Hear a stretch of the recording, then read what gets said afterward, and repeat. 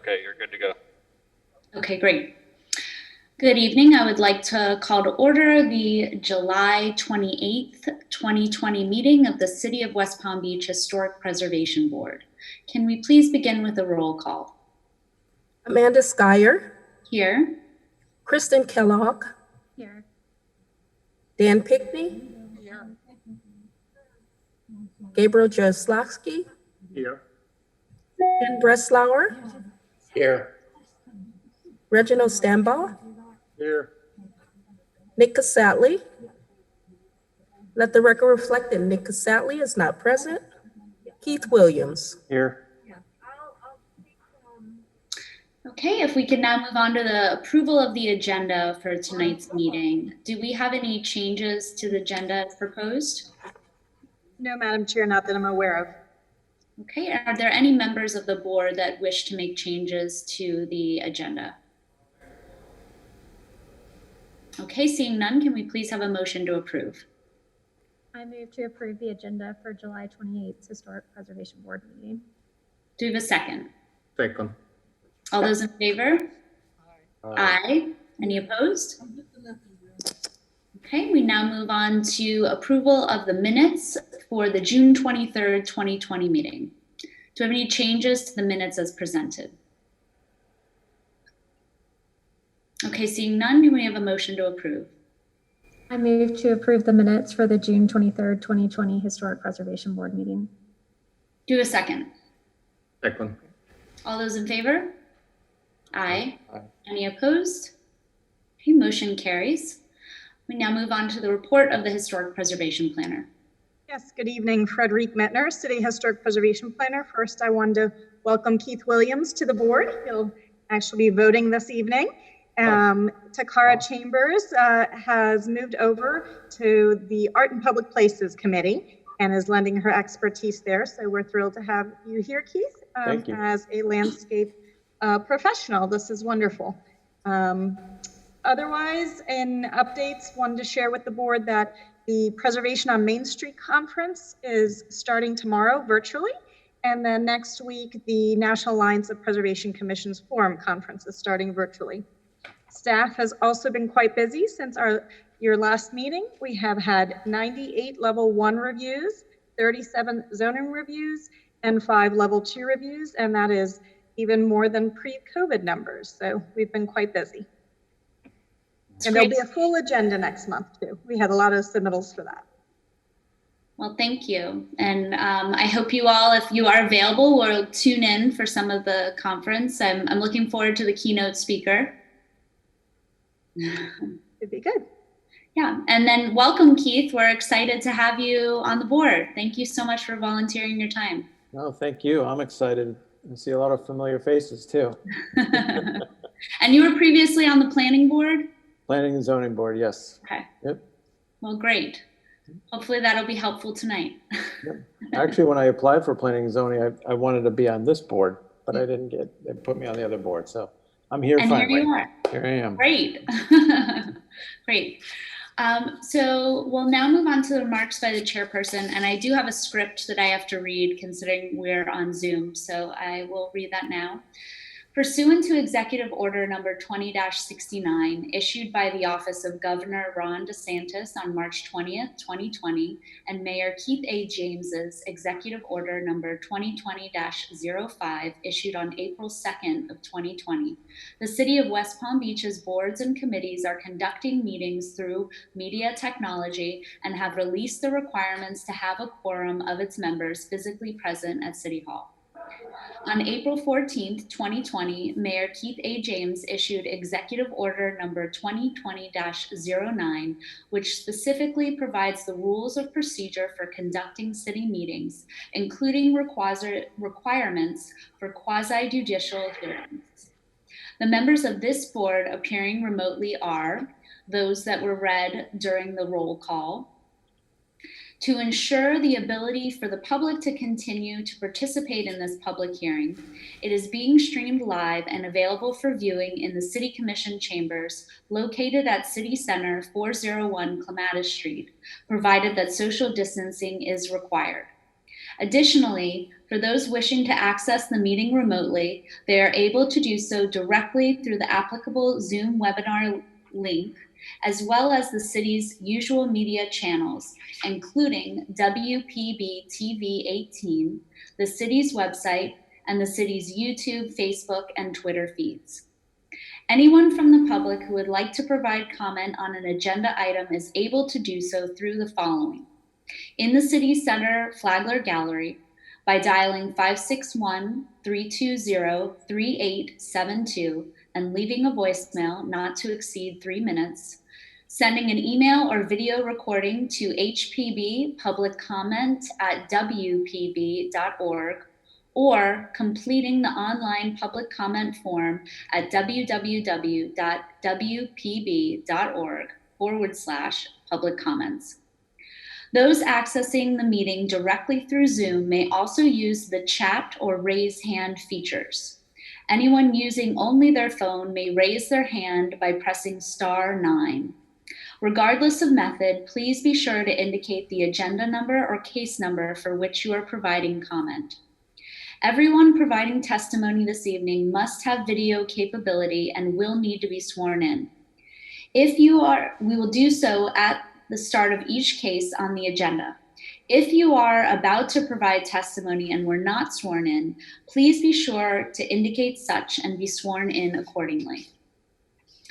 After the applicant presents their case, staff will provide a presentation, and then the public will have an opportunity to speak or have their comments read into the record from previously received correspondence. The board will then go into executive session. Prior to rendering a decision, the board will confirm no additional public comments have been received by staff. To lead into this, we need to let you know if we have had any conversations about the cases on tonight's agenda. So we will go through a disclosure of ex parte communications. Gabe Jaroslavsky, no ex parte communication. Ken Breslauer, no ex parte communication. Reginald Stanball, no ex parte communication. Dan Pickney, no ex parte communications. Keith Williams, no ex parte communication. Nick Casatley, no ex parte communication, and hope if you could mark me as present. I had some technical difficulties. Sorry about that. Kristen Kellogg, no ex parte communication. Amanda Skyer, I did speak with the property owner of 2527 South Flagler Drive, and I did speak to Ms. Mittner about the case as well, but I can make my decision based on evidence that comes before us this evening. We now move on to the public comment portion of our meeting. So if there is any member of the public that would like to speak on an item that is not on tonight's agenda, now is the time to do so. Do we have any comments from the public for an item not on the agenda? Madam Chair, I'm not aware of any that are not on the agenda, but we do have several for cases that will be before you this evening. Okay, thank you. So we would typically swear in speakers now, but we're going to do that as we come to that particular case. So we have one item on the consent agenda, which is case number 20-41, 801 Ardmore Road. Would someone like to make a motion to approve? I make a motion to move the board to approve case number 20-41 for 801 Ardmore Road for ad valorem pre-construction addition and alteration. Do we have a second? Second. We have a second. All those in favor? Aye. Aye. Any opposed? Okay, thank you. So the case for 801 Ardmore Road was approved. Congratulations on completing your project. And we'll now move on to new business, case number 20-38. And how, Ms. Mittner, how would you like to do this and with the swearing in? Madam Chair, if we could get everybody sworn in now, so that means they'll need to be brought in on video. That might just take a moment, but we'll swear everybody in who would like to speak. And as Mr. Roach indicated, I do have a lot of public comments via email that I'll read towards the end too. Great. The applicant should have joined the meeting, so you could swear them in. If we want to do swearing in of the public as they come up to the podium, that's fine. Or I can bring them in now, whatever you prefer. I think maybe we'll do 2 swearing-ins. Whoever is on video now, especially the applicants, Sean Heinegger and David Lawrence, and staff, and then we'll just capture anyone else who may call in later as well. Perfect. Thank you. Okay, would you unmute yourselves?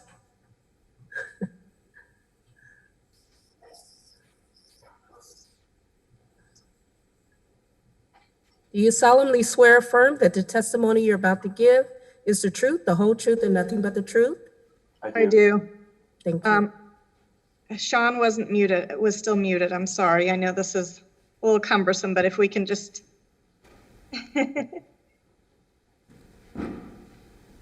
There is a mute button on the bottom left of your screen.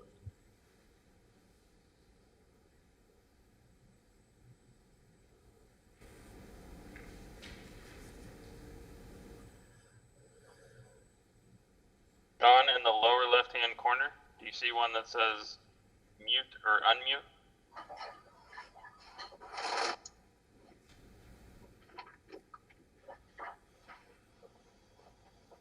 Got it.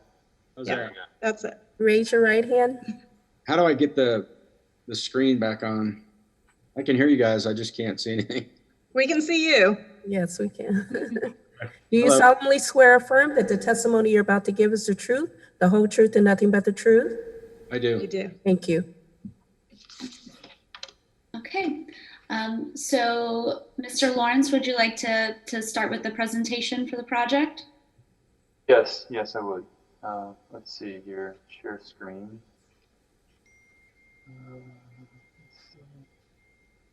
Whoops. That sharing screen or not? Yes. Yes. Okay. So you can see these are flipping. You can see them flip. Yes.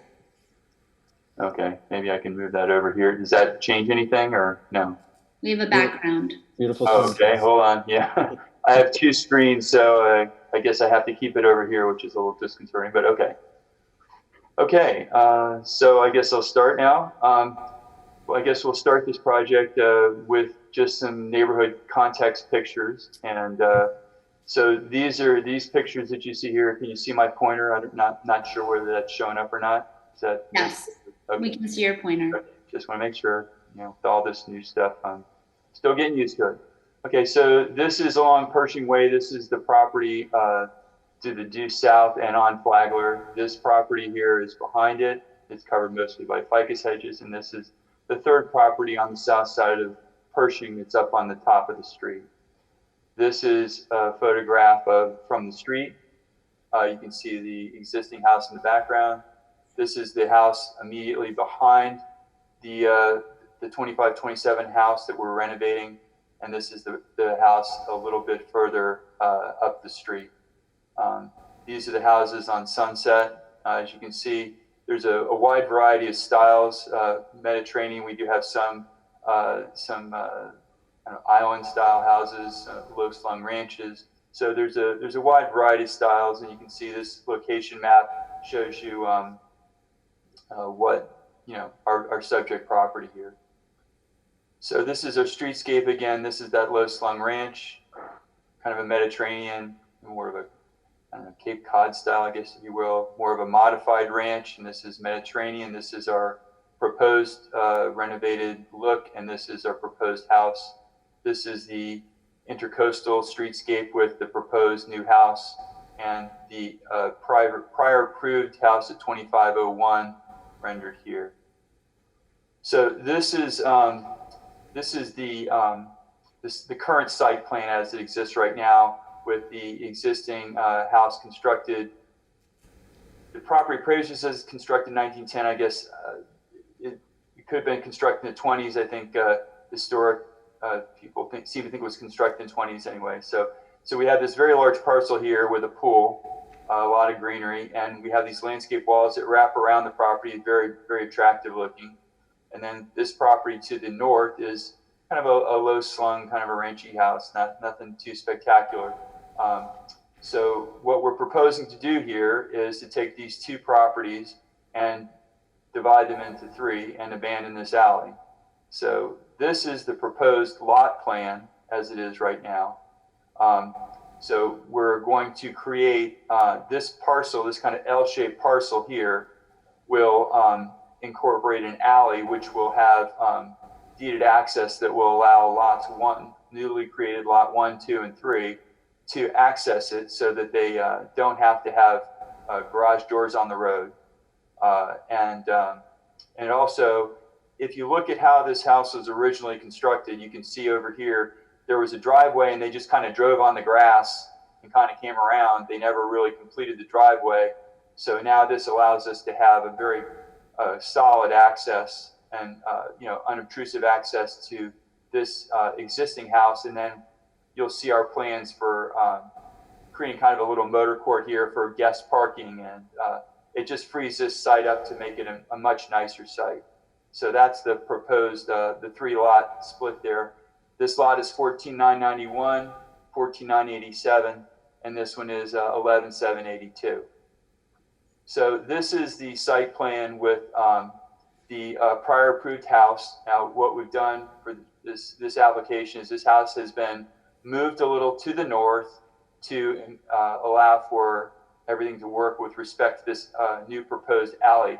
So this dotted line here is the abandoned alley. You can see that the new house, proposed house, would miss the proposed alley, but it will be somewhat irrelevant once we get through the process of abandonment, which we are currently underway, getting our utility letters so that we can apply. And so this is the proposed plan together, where we're kind of creating this using all the existing gates to create this motor court for guest parking, a pool here, and so this is the proposed plan all in one. So what I'll do is quickly go through each of the 3 lots and their presentations, and then I guess we can circle back around, Rodrigue, however you want to do it, to address each one. So we'll start with the simple one first. This is a prior approved plan. This is the shaded area was the existing house, and the others are the additions. This is a proposed second floor. As I said, this is part of the prior approval. This is the prior approval versus this is the sunset elevation of the house. This is the prior approval where we had the garage door on the street. Now that we have the alley, we can create the get rid of the garage door on the street and make this a much nicer building. So this is the west elevation. You can see we've added the garage doors here. There's no change to the plan aside from adding the garage doors to it. This is the east elevation. There's no change to that from the prior approved plan or design. This is the south elevation, no substantive change from the prior approved design. And so that pretty much covers lot 1. The FAR for lot 1 is a 0.3. The allowable based on the lot size is a 0.4. So it's, although we've made the lot size smaller, it's still well below city standards for FAR and lot coverage. So this is the proposed plan for the new created lot 2. We're largely keeping intact the landscape walls that are along here. There is one pedimented piece along in this area that we're proposing to remove. We are proposing that there is a gate that right now in the design right here, we're proposing to either relocate those pieces or exactly duplicate them. So the idea is that the house fronts Flagler, the formal entrance and motor court will be off of Flagler with this more service directed drive working off of our new private alley. So that we have this motor court, the house is organized as more of a public to private kind of a relationship here where you come in, you have the formal living, stair, and then this is the family room, kitchen, the bedrooms work off of here, and then we have a cabana back here in the pool. The way the street is laid out, this road curves kind of easterly here. So the views for the property are primarily to the east and to the south. So the house is set up to be with that shape to take advantage of that, and all of the rooms are designed to look out and fully enjoy the intracoastal. But the house is designed to present more of a formal. The closest element is the more formal element, and closest to the road to offer the presence there that we think this house should have along Flagler. Now, in this particular area, we have a substantial constraint in that there is a lift station underground, and there is a generator here, and the panels here. This takes up about 20 lineal feet of space along this area. And the thing is that we would have certainly designed the house to front Pershing if it weren't for all this. When we first began this project, we had heard my client, when they purchased it, thought that this was going to go away very soon. And when we contacted the engineering department, they told us that the location that they were planning to change it to, that the property owners had objected to the new location, and that it would be an issue of eminent domain, that they had wanted to pursue it, and that they could not assure me of any time soon that this was going to occur. Now, and given with our situation with COVID, budget shortfalls and things like that, we couldn't really plan a house for the eventuality of this going away if it's a couple of years from now. And we would be willing to make it a condition of approval that if this goes away prior to us filing for construction plans for the house, that we will come back to the board and present a new house, because we would, of course, want the house to front Pershing. It's just, you'll see in the pictures why it really can't happen that way.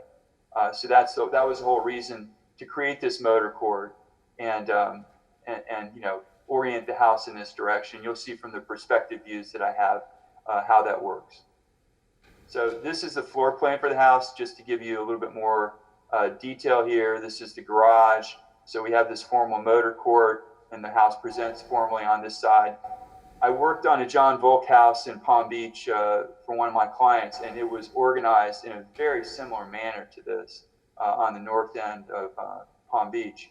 And it was kind of one of the ideas that, one of the reasons that I did this is that when I saw the house done like that, I thought, that's pretty nice, having that motor court there. And I thought, if you find a good idea, steal it. So that's what we did. Volk had a good idea, and we borrowed it. So the house is, oriented formally. So we have a combination living, dining space here. And then the house moves more toward the private, with this being the family room, kitchen. You have bedrooms back here and the cabana. This is connected by a trellis, and then the pool is here. So, and this is the porch. So all the rooms in the house look east and also south, which is the primary view system of the house. This is the second floor. Master bedroom has this balcony over the existing porch below. So the master suite works off of this side of the house. And then these are the two extra bedrooms over on this side. Now, another decision that we made, if you look at how this site is, we've stepped this house back from the road off of Pershing. And what this is allowing us to do is it allows the properties that are on the western part of this street to look past this house. And if we were to come right up onto this, close to the setback on this side, we would block views, which I think that is a good point to the design of this house, is that we are a good neighbor. So this is the roof plan, relatively straightforward. These are the elevational views. This is the view of the motor court. As you can see, it presents a formal entrance with a covered porch. This is the south view. You can see the porch in the side view. This is the master bedroom up above. This is the view from Flagler. So you can see all, the living room, master bedrooms, all the rooms present on the water so that you can fully enjoy this beautiful view that there is. And this is the west side, which we, from the time that we made application, there were some concerns, and we added some additional windows up here. And you'll see that since we made application, we've done some additional perspective views that we want to share with you guys today, so you can see what that looks like from Pershing looking down. So these are the perspectives. These are perspectives from the motor court. As you can see, it's we've used kind of Bermuda type stair stepping details. The idea is to have a very, very pale pastel kind of a blue coloration with the white precast Chippendale rails. And, you know, I think that given its the style of it, I think while it is not a Mediterranean house, I think that it keeps with the neighbor. It fits in with the neighborhood. This is a you know, person view. This is a view from the street along Flagler. If you were to look, this is looking south and west, so that you can see this is the motor court here. As you can see, the house presents the more formal part of the house closest to the road. This is the view from Pershing, and this demonstrates that these elements here are those lift stations, the generator and the meters and electrical components for the lift station that, as we said, may or may not go away. So we're keeping these walls, we're going to restore them and keep them intact. And you can see beyond here, this is the renovated house, and we'll get to that, and that's our Lot 3 presentation. I'm moving along here. All right, so this is a view from Pershing looking east and also north. So we added these windows in here to kind of improve this, but you see the mass of the house steps back, and that allows for more vistas for the people that live up the street to see out, and also affords better views for the renovated home in Lot 3, which we'll get to in a minute. So that's Lot 2. Now Lot 3, initially we whoops, sorry about that. Initially, when we started planning this, we were just planning on raising the house and not making substantial changes to it. But when we discovered this, and I have to admit, when I started this, renovating this house as it was, I was not too terribly excited about it. I didn't think it was a very appealing looking house. I said, well, it's old, but I think it's just not really very appealing. And then when we found these photographs of the original house designed by Mr. Eckler, I found out why, you know, that it was really a quite beautiful house, and it just had been the victim of a most unfortunate renovation in the 50s, where they modernized it and effectively ruined it. So when we saw this, we got pretty excited about it. I talked to my client. I said, we can put this back. We worked with Frederic. We put this in the computer model, and it was a painstaking process where we would put the window openings in place, you know, try to get the same view. Does it look the same? We kept playing around with the different components and parts and poring over this photograph again and again and again, looking for every piece of it that we could put back. And so that's where what we started, and we're pretty excited about where we came up with. So this is the site plan as it is right now. So in the 50s, we're pretty sure this substantial addition happened. This unfortunate addition to the dining room occurred also. The balconies were stripped off, and the windows, the aluminum windows that you see in it today, are there. So what we're proposing to do is take off that addition to the dining room, and also take off I forgot to mention that there were balconies that were added onto this part of the house. So what we want to do is remove this part of it to get this back to where it was. The area where it was an alteration anyway, we wanted to make an addition, so you can see the dotted line of where the existing house was and so we're adding on a little bit so that we could make this more of an open plan, that we could have more of a today's living kind of space that would integrate with the kitchen. We want to leave this largely intact. There's some wonderful faux stonework and vaults in here that we want to restore and make sure we keep as is, because they're quite beautiful. So on the second floor, this comes off, and then this bedroom will once again project as it did in the original design, which is, I'll go back. As you can see, this bedroom projected.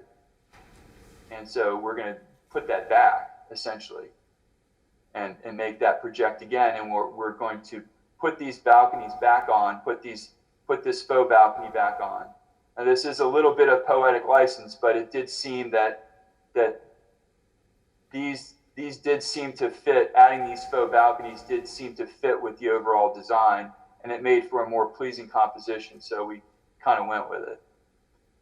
On the roof plan, we don't really plan on doing anything. At present, there is a door that comes out onto this roof. And what we're proposing to do is just to put a very, very minimalistic glass railing here that you don't see, so that you can use this and feel safe doing it. So these are the elevations. This is the existing elevation, the unfortunate Chippendale. You can see they changed these openings here, and we'll dig into the ad valorem application, which goes into a lot more detail about the pieces that we're putting back. You know, they changed the proportions of the openings. They changed how this part of the house looked. They added all this.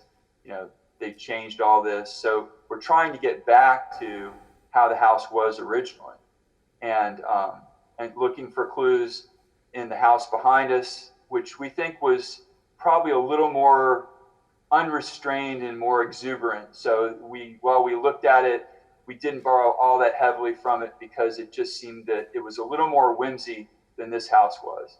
So, but we did kind of look at the front door and kind of borrow some of the design for the front door. And this design for the front door is a door that was similar to a door that looked to be one of the more existing doors in the back of this house. So we thought that made sense. So as I said, we've brought this projection back. We brought these balconies back. The blind arches are evident in the photograph. We brought those back. The columns, the other blind arches up here, the best we could see in the photographs.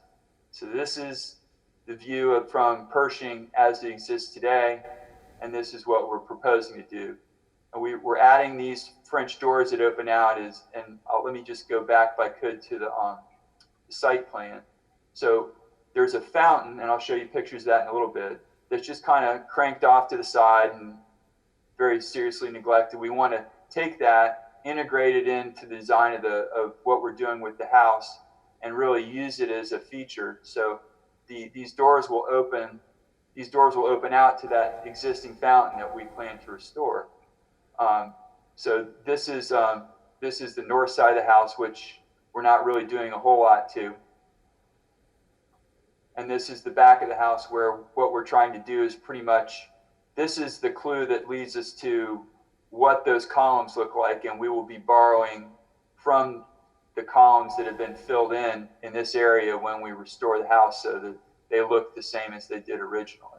So what we try to do here is kind of put this back and make it look more like it did in terms of, you know, here we have a lot of opening that would have been more akin to 50s type design, but not really akin to the style of the house from the mid-20s or the 1910s. So I'm trying to kind of clean this side up a little bit, but we left these blind arches here just because these houses are very close together, and privacy off the master bedroom seemed to be more important. And there seemed to be, you know, there are lots of very tall walls that have been added to these properties because they're only 5 feet away. So this is the existing house, and this is the proposed house. You can see that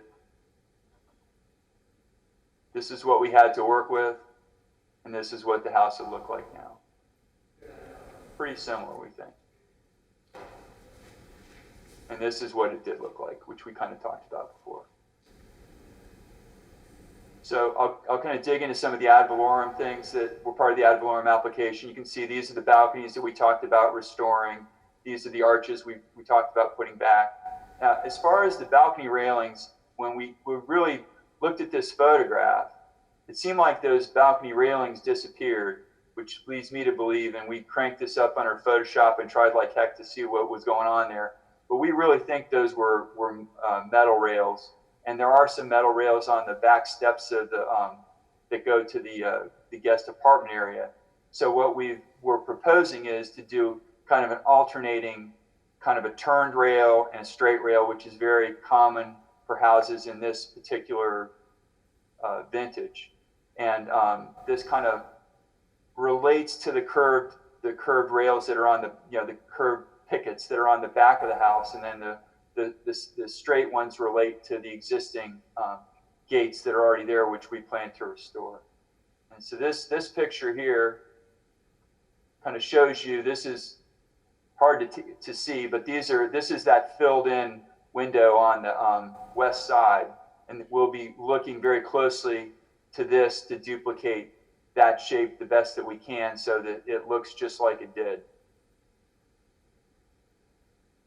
So this is and the other thing we noticed is that there were blind arches in this design, so we're putting those back. We're putting these balconies back, and these are some of the things that are that were in the yard as it exists now. We want to try to use those and restore them. This is the fountain that we plan on using and restoring best that we can. And the other big feature to this house, or these two houses, is these walls, which are wonderful, and we're going to restore them. And so this area here, we've set up the present design so that we're totally using the house. We're setting up the new use so that it matches the old use, so that everything can just be restored and it can be as it was from the street. And over here, we're going to leave this intact all along and restore that. And along Flagler, we do propose removing this one pediment element that's here because it doesn't seem to fit too well. And we're relocating that one set of gates down a little bit. But for all intents and purposes, 90-something% of the walls we're restoring and working. So, and then this is, I guess, that corner of the house where we're restoring what was the original design. You can see it here, and you can see these projections, which we talked about. And that's our presentation.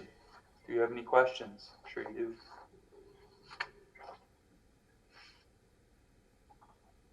do. Questions of Mr. Lawrence? I have a couple questions. So can you talk to me about the grades, David? What, like the existing grades? I don't know, it seems like they're pretty high on lot 3 already out by the wall. But FEMA is going to require us to be at elevation 8. Okay. And we're at about elevation 5. So the existing house would be raised 3.15 feet. And I'll go back to the site plan that we created here. So the idea is that we're going to transition up. So this is pretty close to street level. You step up. Got it. This, and then you step up again and what we had to do, because the house steps down internally by a foot, we have to actually be at elevation 9 here, so that this is at elevation 8. So that, we're well above the floodplain. With global warming and all these things, we want to make sure that this is here for a very long time, substantial investment. And so lot 2 would be raised at the same elevation, correct? Lot 2 only has to be at 8, so it's a foot lower because it doesn't have that other thing. So the existing house is up the street and a little bit higher, and also a foot higher. So it'll hopefully. We've run some simulations, and you do get some pretty good views of the Intracoastal from the house in the back. It's really surprising. But those existing walls, are they going to retain more or less grade? I don't know why. It seems like when you walk by there, that seems like the grade's almost to the top of the wall. They do retain at present. As you're well aware, those old walls aren't built too well. So it's pretty likely what we'll probably have to do is probably put some sheet piles behind them that you won't ever see. We're going to have to really dig into those foundations and see what kind of shape they're in. But the idea that we have is to come behind it on the inside, of course, and either we'll reinforce the walls by creating new eccentric footings on them, or maybe helical coils or something, or we're going to use a sheet pile type system to relieve the pressure, of the soils against the wall. Because in all likelihood, it was probably never meant to take it, and engineering standards back then weren't so great. Okay, and then just a technical question: if you did enter the house, I guess it'd be lot 2 from Pershing. Would the address change to Pershing, or would it stay Flagler? I think it stays Flagler. Okay. Presently, the house is addressed as Flagler. Right. So I would imagine it would stay as Flagler. Now the house behind would change to Pershing. Right. Okay. That's all I have for right now. Other than, where's the landscape plan? None yet, but we got to find a good guy. You know a good guy? Steve, just your number. Mr. Pickney, did you want to speak? You sound a little distant. Oh, I'm sorry. Can you hear me now? A little bit. Can everybody hear him okay? I can hear him. Yeah, it's a little muffled. It should be a little bit Not better. very well. No, I was just saying, Mr. Williams asked about the landscape plan, and I said, you should tell him the bad news. What's the bad news? That we don't have purview on the landscape. Right. That is bad news. Any further questions of the applicant? I have a question. The other house, the one that already went to the board, is that a historic house or no? Go ahead. The one on Sunset is a non-contributing home, and those modifications were previously approved by the board. So, but it's been, it's been redone, kind of. So do we have to approve it again, or? It's just what is being presented is really the only change is the doors, the garage doors, and that would be something we could approve administratively. Thank you. I do like how there's a modern, and then I guess a West Indies, and then I'm not sure if the existing house is Mediterranean or Spanish Revival, but I do like the fact that, the architecture is mixed up a little bit there. Yeah, and there is some West Indies on Sunset too, so not too far away. I forgot to ask, should I address the issues of the conditions of approval that you mentioned in your staff report? Yeah, that is what I was going to ask, if you saw that, the conditions. I did. We had talked to Frederic about the one condition, which was that we had to be 50% done with the renovation before we could start the other one. And we had asked that condition be modified to the extent that we raise the house and complete all the rough framing. So that wouldn't necessarily qualify as 50%, but we would just prefer that we change that milestone a little bit if we could, please. And the other issue, the suggestion of changing of disconnecting the trellis, taking the trellis off and pushing the cabana back. I'll see if I can show you. We have, if I can get to it without messing everything up. I don't know that I can. We studied it, and we just felt that that the unifying of the two things. Let me go back to that perspective. We just felt it was a better building with the trellis and those two elements together.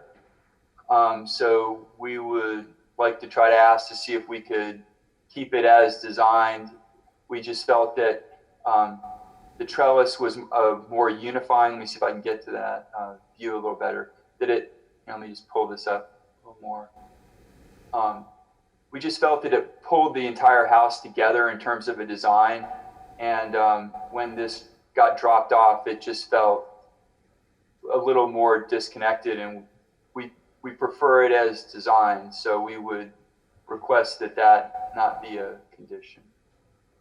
And then that's, I think, Were there any other conditions that you had on there, to recall? Oh, we have to complete all the abandonments, which we are in the process of doing before we could start anything. And we'll, of course, agree to that. West elevations of new structures shall have additional fenestration. I'm sorry? Condition number 6 says west elevations of new structures shall have additional fenestration. We'll accommodate that. We'll reconfigure some of those more blank walls. Let's go back to this view here. We can add some fenestration along here to enhance that, and we're willing to do that. We've already added these windows that I think helps it, and we'll add some things along this area in here. I think that part of the blank wall, that part of the building is probably the only big blank area. Let me just go back to the elevations.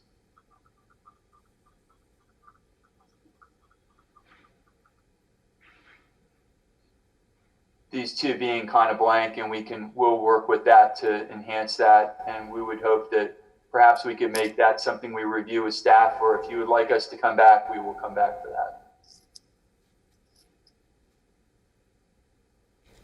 that. Dave, sorry, I'm jumping around here. I'm kind of new to this. Is lot 1 a total, is it a new build or just a major renovation?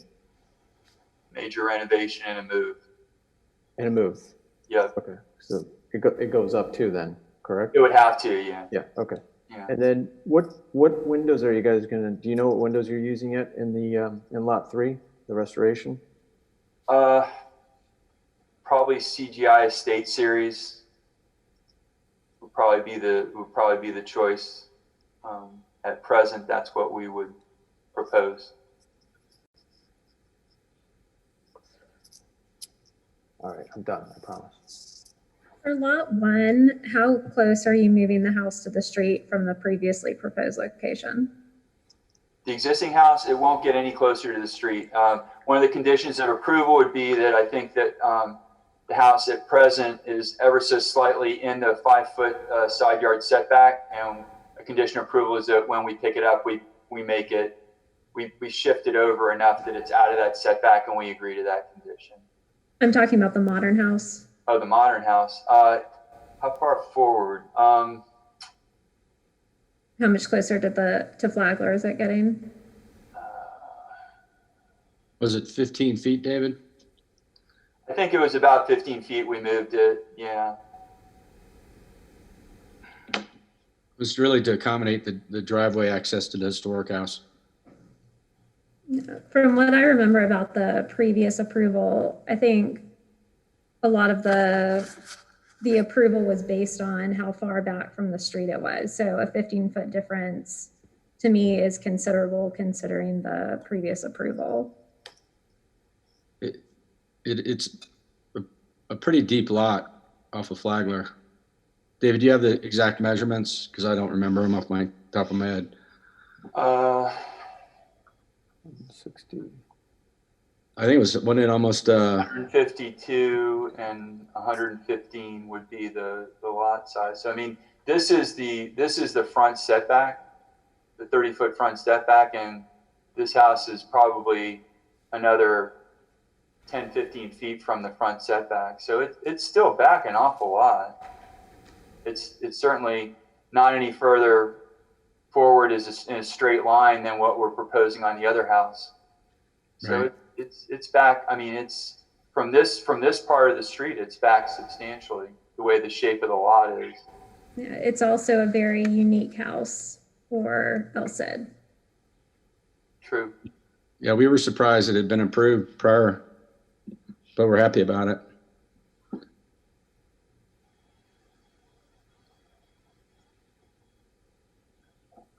And then do you have any details of the new house besides just what's shown on the elevation that shows the actual scale of the detailing you plan to use? We do not. Okay. And then for that same lot, how does the overall height that you're proposing compare to adjacent structures along Flagler? That's a good question. It's probably going to appear, I mean, we are, you know, at current setback requirements.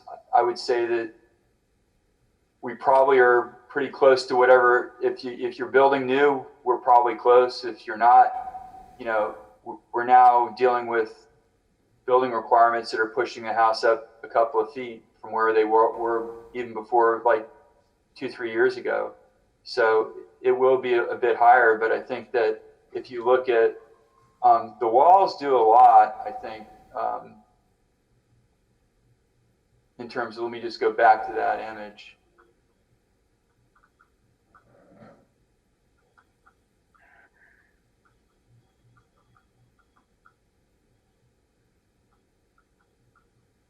I mean, the walls do a lot to maintain the continuity of the neighborhood to a large extent. So,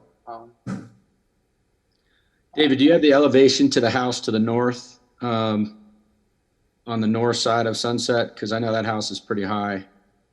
And I believe I don't think I do.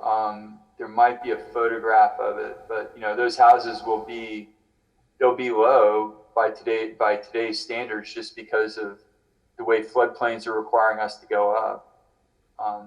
I mean, the thing is the vast majority of the mass of this house is really just this piece right here that's the farthest forward, and everything's kind of pulling back, you know, from the setback. Everything else is substantially back.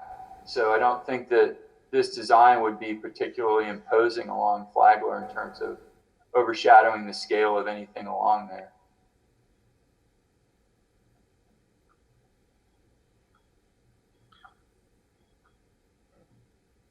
How tall is that house, David? It is,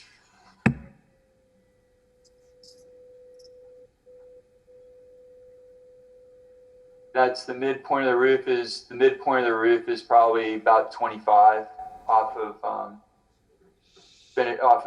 closest adjacent grade. It's, you know, it's well within the height requirements. And the roof itself is not a pitchy roof, so it's not going to stick up a lot. David, the house to the west of the historic house, isn't that house at 35 feet? House to the west. The historic house, the renovation house that we're doing, because it's pretty high, yeah, because it's got the turret. You know? Right. Let me just get to that. 35 foot, you know,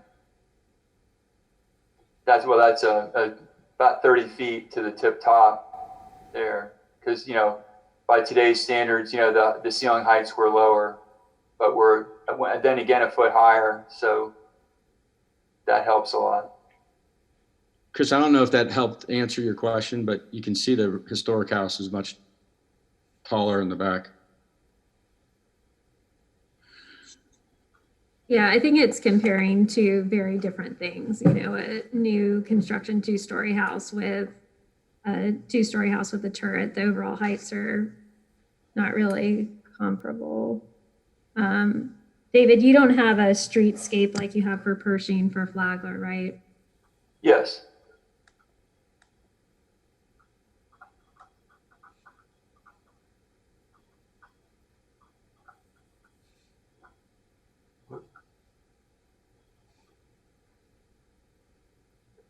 Yeah, I was wondering if you had the same thing, but along Flagler instead. That's like Flagler right there. Properties. I don't have the adjacent properties now. I didn't come over far enough. Okay, thank you. Chris, I know the house to the north on Flagler on Sunset is taller. Because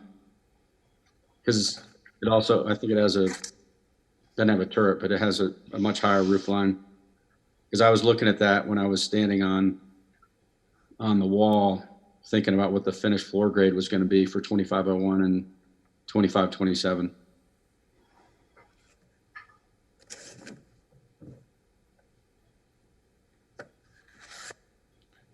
Any further questions of the applicant?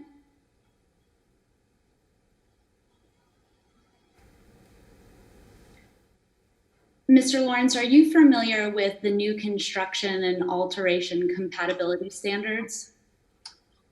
New construction compatibility. You're not talking about the federal standards, are you? These are meant to supplement the Secretary of Interior standards. I don't know that I have seen those standards. No. Okay, so I'd like to read from it to you and for everybody else that's listening. So the Secretary of Interior standards for rehabilitation shall be supplemented by the following criteria specific to requests for new construction and alterations. The first bullet point is setting, orientation, and setbacks. The building should be situated approximately the same distance from the street as adjacent buildings to create a continuous street edge. The orientation of the building should be consistent with that of the surrounding buildings. The setting should be designed with the overall environment in mind. It should take into account the compatibility of landscaping, parking, service areas, walkways, and accessory structures. And Madam Chair, the applicant does have a copy of the staff report and they are listed in there. Okay. So I guess my question is one, I wanted to know if you referred to these in your design, because my concern is that the design specifically does not take into account the surrounding buildings, it's definitely in terms of setting, orientation, and setbacks. Are you aware of any properties within the El Cid Historic District that do not front the street?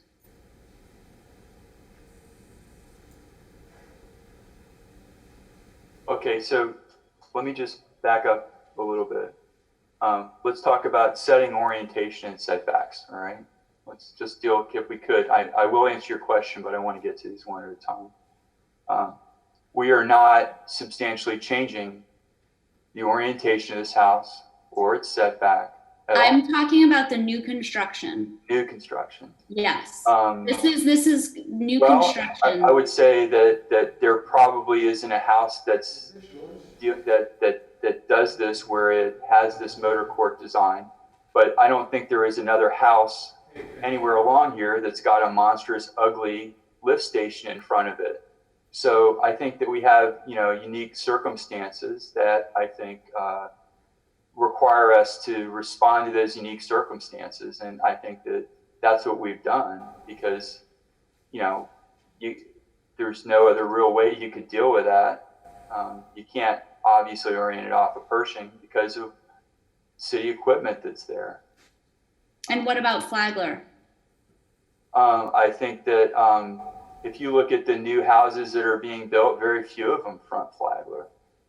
Almost all of them are, because that's a tough road to make your primary entrance and egress. And I think that the way we're doing it is we do have our formal entrance off of Flagler.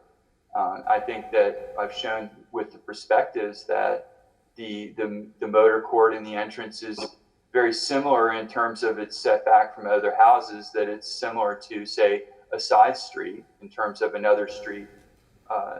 As I said, given the constraints that we have with the lift station on the south side of the property, we're kind of creating a secondary entrance that way. Having the house front Flagler, it didn't seem like the best solution to us. I would like to respectfully disagree. I can think of multiple examples of newer construction that does front Flagler. And my personal opinion is I think that's something that should be explored because I think this would be an anomaly to approve a building that's oriented in this fashion. It's incongruous with the existing built environment. I don't think that it takes that into consideration. What about the Monterey that just got built? That doesn't front Flagler. No, but it fronts an actual street. And we would front an actual street if we didn't have a lift station in front of it. We have an unusual constraint here that we have to work with. And as I said, we would be willing to make it a condition of approval that if the city does move it, we'll change the design. We'll come back. Yeah, Amanda, can I ask a question of the board? I know the neighbors on Pershing, just because some of the feedback I've heard, that lift station has turned into a urinal and outhouse for the public, which is very concerning. I understand a lot of the residents would look, I don't know how that got approved in a historic neighborhood. Maybe the historic board doesn't have jurisdiction over that kind of stuff, but would it be possible to get a letter from the historic board along, and I'd be willing to go talk to the neighbors to also get support. That lift station absolutely should be moved. It shouldn't be front and center of El Cid. And I can't think of a neighbor that likes it where it is, and it would make the entrance off of Pershing work. So I'm totally willing, and I know, Dave and I have talked about this. We have our hands tied behind our back a little bit. It was represented to me that pump station was definitely going to be moved. It had already been approved, but after further diligence, figured out that, and this was all pre-COVID conversation, that the location where it was going to go to a non-tax paying person, they were going to sue the city. So it would be helpful, I think, in getting this thing relocated if we could get a letter from the board members saying that this really should be not in a historic neighborhood. And I can't imagine any resident on that street would object. I'm sure they'd all welcome the idea that it would be moved like it had been approved. I don't think that would be an issue. I am in complete agreement that would be ideal for it to be removed. I think that's definitely something we could do. I don't feel like I'm getting a very good explanation as to why the building can't front Flagler Drive. I feel like you've really explained why it can't front Pershing, but I'm not understanding why it can't front Flagler. No, I understand. I guess if the board would like us to come back and with the new design, we're willing to do that. I think that is more compatible with the neighborhood. And I will say, I do have concerns about the shared driveway situation, because I am unaware of any precedent for that in the neighborhood as well. Are you aware of any precedents? Well, what I would say is that how is it different? Okay, so it's a private alley, but how is it any different from any other alley? And I think that the benefits of what it does, it allows the old historic house access to a garage, and I think I see it as an incredible enhancement. I don't see it as a detriment or any kind of bad precedent. I see it as good urban design, to be quite honest. You're getting garage doors and cars and access off of a public way. I just think that's a home run. Yeah, Amanda, I can, from personal experience, and I know you live in the neighborhood, in fact, on the street, the idea of having to pull out onto Flagler, as you know, because especially this location, because of the way the street turns, is extremely dangerous. So I think having the private residents have access off of a side street is just also a much safer, use. And because we have the property, the square footage to meet all the setback requirements, was something that we wanted obviously to try to take advantage of. I understand safety, but so I think I don't want to belabor my point. So that is my first point related to the orientation of the house, and then the connecting driveways. I'm interested to know if there were any other configurations for the parking situation for the the residence that's going to be restored? Were there any other scenarios? For instance, the house across the street on Pershing, we just approved for them to build a garage that they would pull in sideways from their driveway. And I'm wondering if that is a design that you considered for that property. To be honest, we thought that this was the best solution because it allowed the house to have a really nice presentation on Pershing without having to have to come all the way around to the back of the house. I mean, the thing is that, you know, if you try to put a garage, you know, you put a garage in that house, you're going to put it on the front, you're going to put it on the side. I mean, I think you'd destroy the character of the house. We thought that this was the best way to access the garage that already exists as it exists, and then leave adequate landscaping and open space and recreational space for the user and create a nice look. We thought it was, you know, when we looked at it, we thought we came to that as what we thought was the best solution. And I understand that and appreciate that, and I really respect like the level of research that went into the restoration of this structure. My concern is that this property has existed in its entirety for about 100 years, and because of the lot split, which you are entitled to by right, it's creating a situation where it's very difficult to access the garage. And so perhaps it is worth consideration to relocate that garage to a location that is more in keeping with the development patterns of this neighborhood.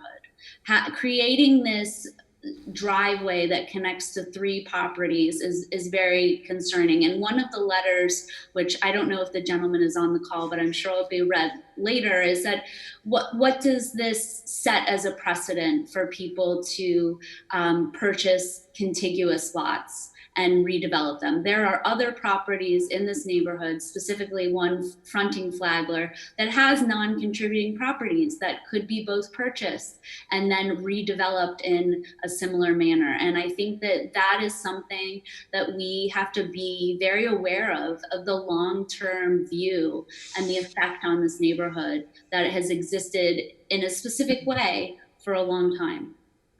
Yeah, I acknowledge that, Amanda. I think it'd be interesting to hear the comments to who complained about that. I think the motivation and what's driving that complaint is really the scenic corridor that they're trying to preserve. I don't want to jump to conclusion on who's got the issue with the driveway, but quite honestly, the historic house, the garage is on the northwest corner of the house, and with the amount of attention to detail to bring that house back to its original beauty, we just thought it made sense to leave it where it was. Yeah, I would have to say that, you know, leaving it, you know, I mean, I think wouldn't that be the most historic? I mean, the thing is that at present, you know, you had to drive, you came through those gates and you had to drive around. Now, either you created a driveway, or like they used to do, you drove on the grass, which, you know, we really don't do that anymore. So, I mean, I thought that it was a way to use what was there in a way that made it nice.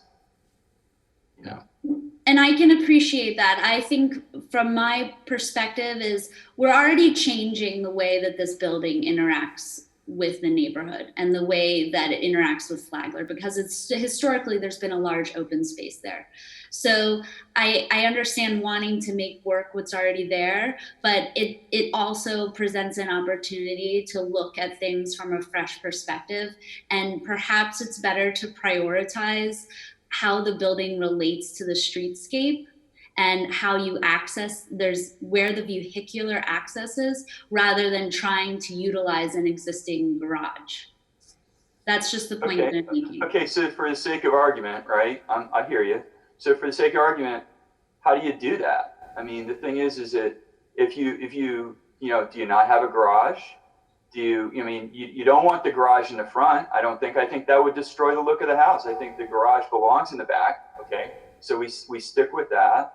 And we say, okay, So if we say the garage needs to stay in the back, then somehow you got to get from point A to point B. And that's a big driveway.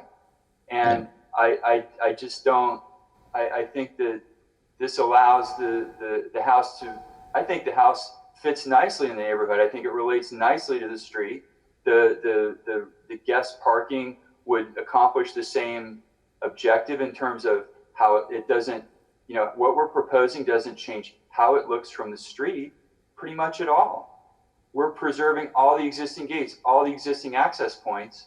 So, I mean, how are we really changing? The only thing that somebody may not ever see is the fact that you come into you have a service entrance from the back. You know, I think that I don't see how we're really, I think we're preserving 99% of what what's there. I just don't see how it's a huge change. And I don't see how any kind of other garage orientation or whatever is not going to do anything but screw this house up, honestly.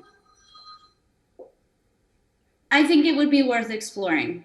I'm just putting that out there. And I also wanted to ask, design style wise, when you design this, the new construction, the new residence, what references were made to areas in the neighborhood? I mean, to other buildings in the neighborhood. Well, as I said, there was another kind of a Bermuda style house that was on the other, which has similar kind of rails to it. That's probably about it.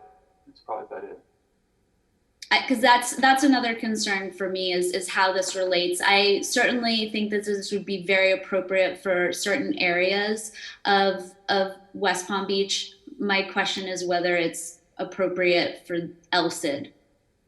That's my concern in terms of the design styles.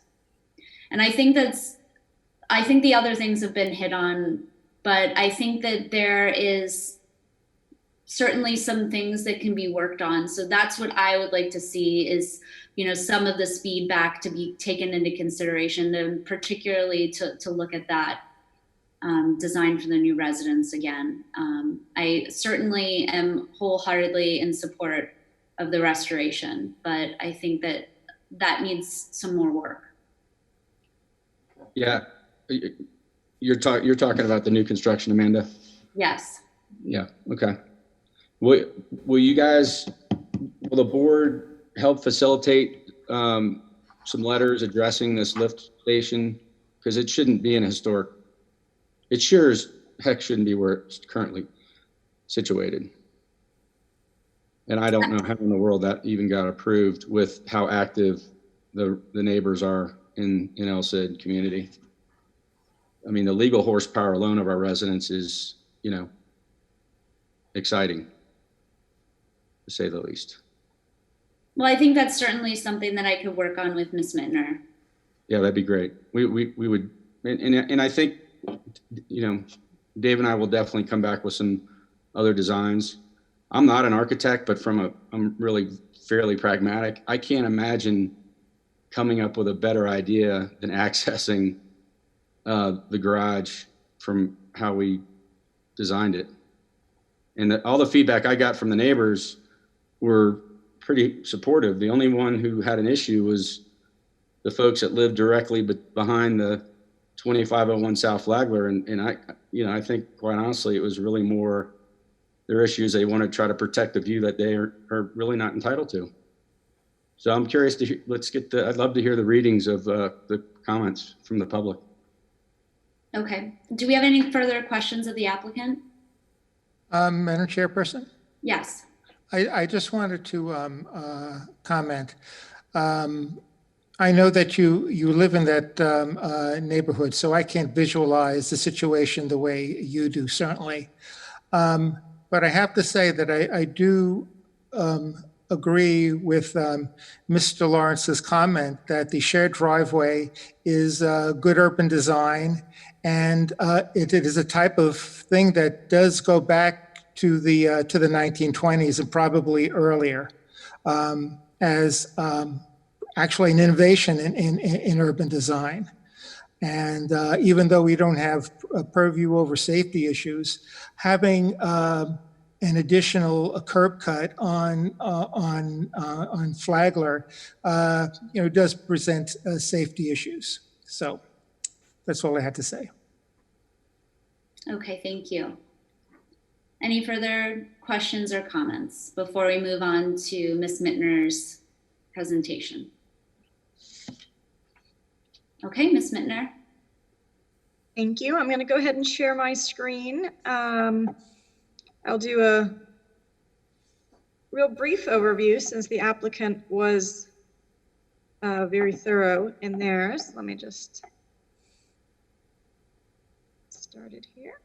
Okay, so as you heard, it's really a three-part application in front of you this evening, with your purview focusing on the rehabilitation of the property known as 2527 South Flagler Drive, as well as the new construction.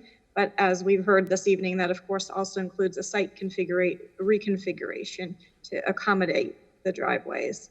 So we have, just to give you again kind of an overview, the aerial. You can also see what the frontage is of these properties along South Flagler Drive. You have the contributing 1925 structure designed by W.B.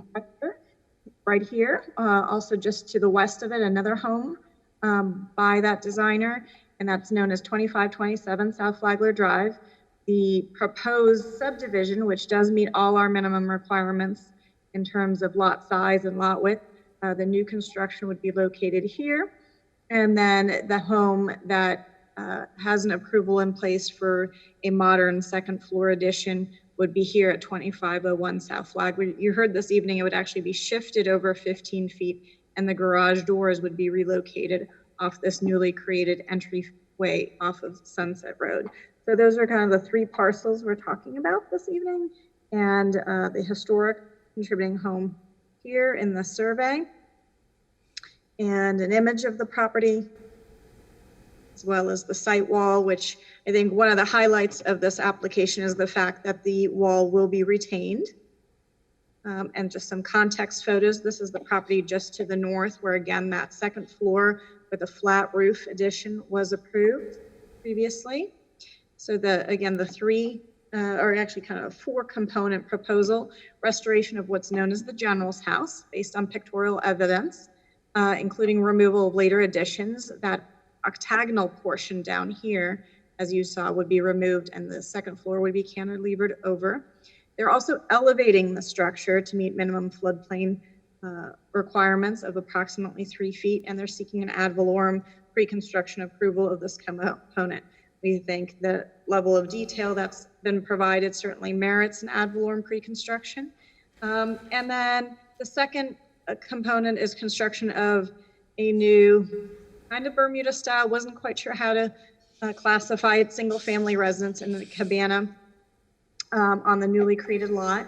Very simple finishes, smooth stucco, flat white tile, casement windows. Then of course the driveway addition off of Flagler Drive to the motor port of the new construction, which as Madam Chairperson indicated is oriented to the north on the interior part of the lots. And then the driveway addition off of Sunset Road to access all three properties.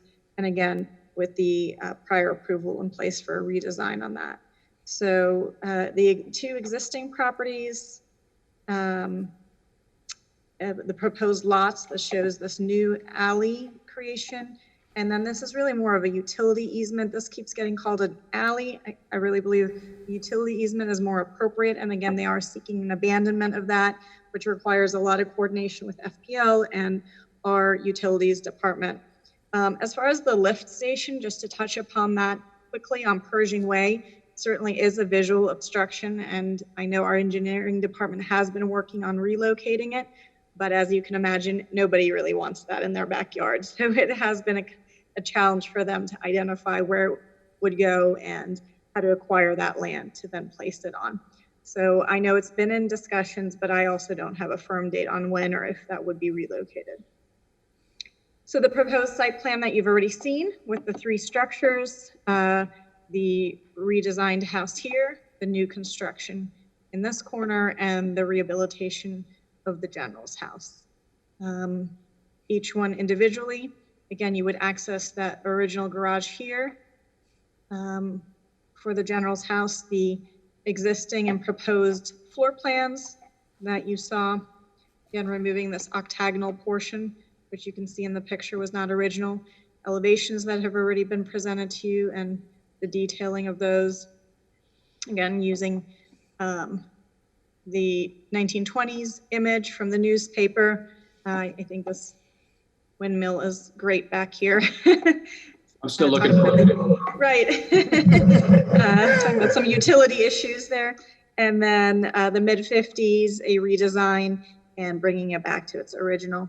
So then the new construction, which I think is really kind of what staff was the most concerned about in terms of its compatibility. Again, so excited to see the restoration proposed of General's house, but just how does this fit into the neighborhood? So the setbacks, everything complies from a lot coverage, floor area ratio, all those concerns, first floor plan, second floor plan, it is a smaller second floor print than the first floor, and the roof plan, the elevations that you've already seen. And again, the applicant has already added a few more windows than what was originally submitted, and as you heard in the commentary, would be amenable to adding even more fenestration. These are some of the renderings that were submitted and the streetscape, again, that you've seen. And reviewing the criteria that the chairperson read to you, those are our additional compatibility criteria. And then the two Secretary of Interior standards that would be applicable here are number 9 and 10. We feel they generally have been met, but we are recommending some conditions to bring it further into compliance. So the first one is that the alley abandonment and the subdivision process shall be approved and finalized prior to any permitting or work commencing on the new construction of the house. And that's because there's so many ifs there and really need to have that squared away.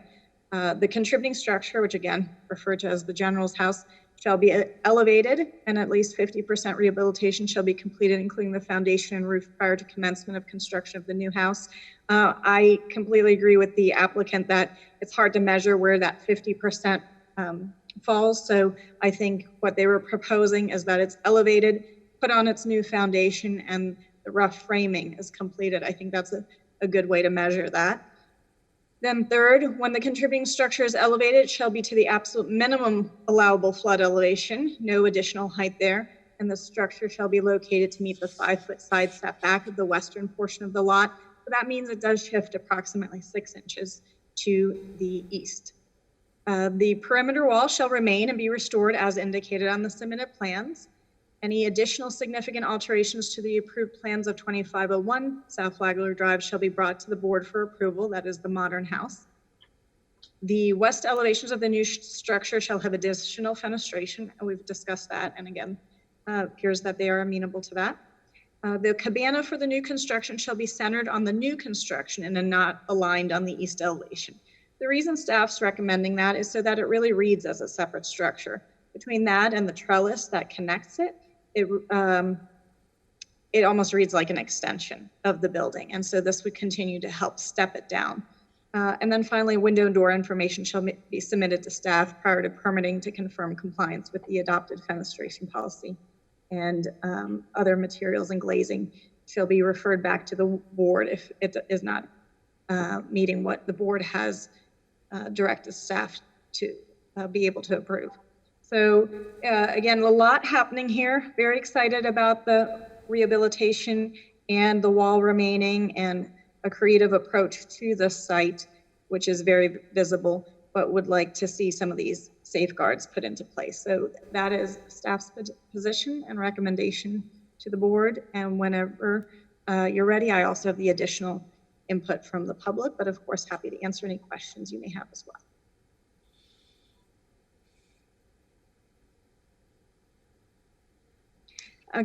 Madam Chair, I'm sorry, I couldn't hear that. Questions of staff? I do have a question just about our previous approvals in general. For this moment, it relates to Lot 1, the modern house. I remember us approving that. So once we approve something, how good is that approval, or how long is that approval good for? Is it good for perpetuity? Yes, we have no expiration dates on our certificate of appropriatenesses. That is something we have been contemplating changing. And then if it's a substantial change, we would take it back to the board. So relocation of a garage door and a 15-foot shift on a lot of this size would be something we would feel would be within staff's purview, as long as there were no other modifications. But certainly we can bring all that, we can discuss that in general of what should come back to the board. But that's how the code's written. Okay, thank you. So what is the criteria for a substantial change? It's determined by staff. What is considered substantial? There is no actual definition in there, correct? And what if the board felt that it was a substantial change? We can always defer it back to the board. It's not just a 15-foot shift, it's also a deeded access. Yes. Yeah. It substantially changes the project. Well, I agree. it's actually not deeded. It's not a deeded access. That property, that driveway will be owned by the historic house. Well, we're certainly, that's why we're bringing it to your attention. I mean, it's not, none of this is happening in a vacuum. So if they were to just come in with a driveway off of Sunset that didn't connect to the other properties, if it met our driveway criteria, we probably would approve it at a staff level. We see driveways all the time. So I think because of the integration is really what's bringing it to you all. Right. And what about moving a building? Wouldn't that go before the board? Again, that's something we can explore in the future. That I think, again, a 15-foot shift of an identical building on a lot of that depth, it's still very well within the 30-foot setback. And given how the properties are to the north, that they project further out, it's still within that line, but we can certainly make that, moving forward, we can bring any shift of a building to you. Yeah, I think we should, Ms. Mittner. Okay, absolutely. I just think that it really changes, in this case in particular, how the building is perceived. And I think the approval, again, from what I can remember of this project, was largely in part based on how far back it was from the street. I know that it's still within its rights to be closer to the street, but because it's so unique of a design, I think that was taken into consideration. Sure. We'll bring any shifting of buildings back to the board. Great. But there's no opportunity to do that now, is what you're saying. We would have to have a change. No, if the board finds that this is a substantial change, and that's part, I mean, these applications are all in front of you. So we can reevaluate that this evening. Okay. Further questions of Ms. Mittner?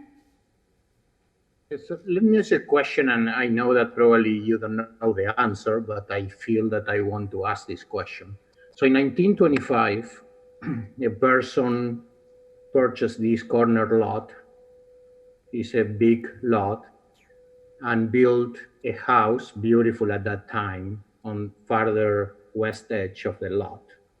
So do you think that that person at that moment, by doing that, by building the house all the way back to the west, was thinking that in the future somebody or he himself could subdivide this lot to build another house in front of it? I think that's a tough question. We had a lot of properties in West Palm Beach that had much more frontage on Flagler and were subdivided over the time, and it certainly happened on the island of Palm Beach over and over again, these large estates that were subdivided. Now, if that was their intent, that would happen, or that was an economic safety net for them, I certainly can't speak to that. But I think it certainly has happened in West Palm Beach. There's but at the same time, this person that built this house, and he faced, or she faced, the house towards the east, right? Mm-hmm. And now we are subdividing, or somebody wants to subdivide the lot and put a new house in front of it. Right. And this became a contributing house and very prominent house. And now Right, the view definitely changes. One thing I think is interesting is, again, the house immediately to the west, which has some beautiful detailing, how that never was afforded a view to the east. But this one, yes, this one certainly was. Yeah, also, Gabe, I'd like to, because I actually had the abstract on this property, title abstract, all the way back to 1850. I've done quite a bit of research on this. William Eckler and his wife lived directly behind this house and built this house as a spec house in early 1920s. It's actually comprised of 4 lots. The general's lot is actually platted as 4 lots. Now, over time, as you know, the city changed with the zoning and setbacks. But, now, even with all the modifications to street frontage and square footage, I know we're well within the current restrictions or guidelines that are set forth by the departments. Yeah, no, I mean, I'm pretty sure you are. I'm just bringing a point, to the board for discussion. So that's all my objective here. Yeah, I can tell you, Dave and I talked quite a bit about how do we preserve some of the views for this house, which is why the south side of the new house is a 1-story. Now, fortunately, just the way the street orients and how Flagler the water starts to set back to the west, we still get some really beautiful views. So it was, we've run the simulations, with the computer, because this is all done with computer modeling, and the views are very well preserved given how we've done it.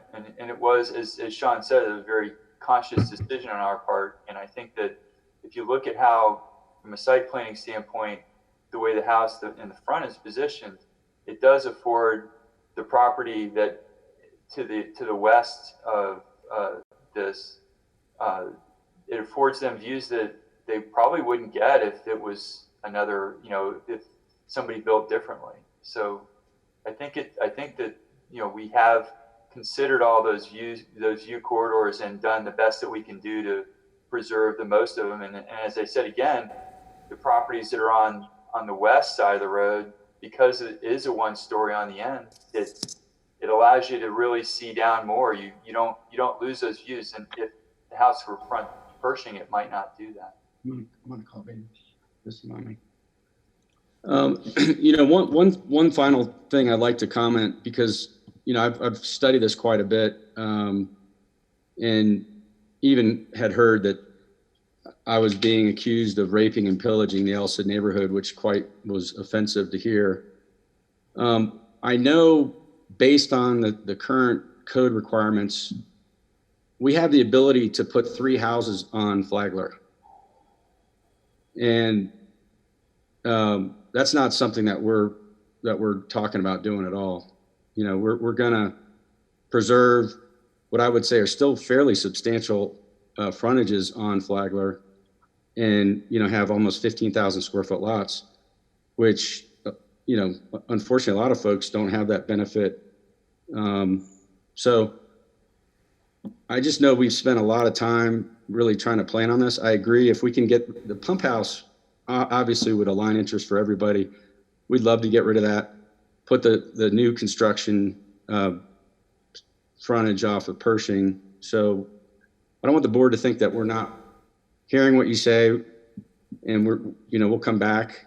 But when I start hearing things like, we're modifying what somebody set forth, back when it was developed in 1920, that's concerning to me. I know that house was built as a spec house. I know that it was 4 lots, and we're just going to take it from 4 lots to 2, which I think is, a benefit for the Elsid community. If I could ask Ms. Mittner a question, the original plat, do you have the original plat you could put on the screen for us, or no?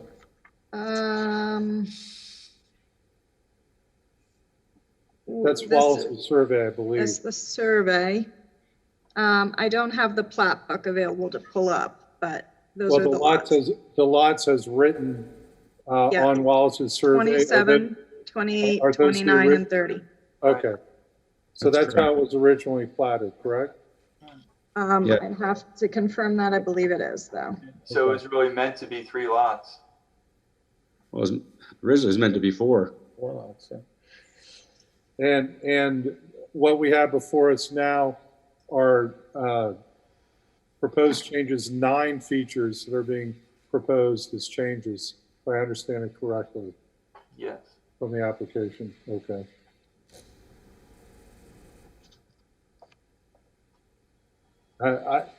One thing that stands out to me is the great efforts that are made to restore to the 1920s look of the general's house. I think that is quite a wonderful undertaking. Has there been any proposal to look at entrances from Flagler, since that is the grand street? I would call it much grander than the east-west streets, and the frontage lots of 30 and 29. Ms. Mittner, was there any discussions at all about having driveways come in, ingress, egress from Flagler, or was it never examined or considered when you had sit downs with the applicant?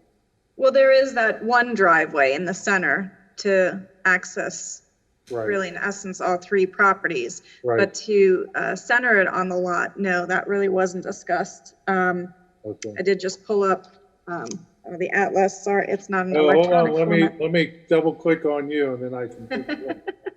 And Okay, it's, cute. the survey is accurate, and that was the original. Okay, great. Oh, that's great. That's great. And then the other thing is, has there been any, and maybe the applicant can answer this question for me, has there been any progress on the abandonment of what appears to be a public right-of-way or easement at all, or is that just in internal planning stage? I can give you a summary of where we are right now. In order for us to apply at all, we have to get utility letters from all the utilities, which we have sent out all the letters to all the utilities. We have 1 back so far. We have 1 set of comments from FPL, which is not a negative comment. It's just they want us to deal with some issues having to do with the power access on the over at the corner directly behind the general's house. So we were enlisting our civil engineer to interact with FPL to see if we could get all that worked out. But they did not voice an objection to the abandonment. They just want to make sure that the equipment that they have that's in the upper corner, pretty much directly to the north of the general's house, that they can get it to that. And we have not heard back from the other utilities as yet. Ms. Mittner was very kind to give us a diagram from the utility department that shows no major utilities going through that alley easement. And that, if we had encountered that, that would have been kind of like game over. So we felt that, we're in the process of making the application. We have to get all these letters back from utility companies first, but we're definitely moving forward with that abandonment for sure. And we've been working on it. Yeah, Keith, the new construction, we actually don't need the alley abandonment to make the new construction work. If we get the alley abandonment done, then we have a little more frontage that we can work with from a redesign standpoint. I know David's office looked at all the houses on Pershing and Sunset that butt up to this alleyway. It clearly has been abandoned for at least 80 years. And I had a call with the mayor's office and also Rick Green, a couple months ago to make sure that the city wasn't going to have any issue if we found that the utilities weren't a problem, because all the utilities dead end at the northwest corner of the general's property. I'm sorry, not the property, the general's house, right on the corner there. So if you go from Flagler all the way up to Olive, pretty much every house on the two streets, Sunset and Pershing, have taken over this alley and use it for their own purpose. Do we have a drawing that we can put on the screen showing the alley? Yeah, it's on right now in the survey. You can see the dotted line, I think. I'm trying to, Let me, I got the property line dot, but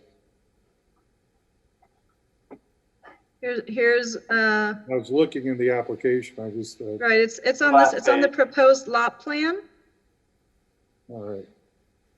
It's also on the survey, which is one of the last pieces there. Okay, all right. But David, So this is more than a utilities easement, it's an alley. Is that correct? It was referred to as alley easement, I think is what they called it in the survey. And when we looked at the abstract, that's what it was.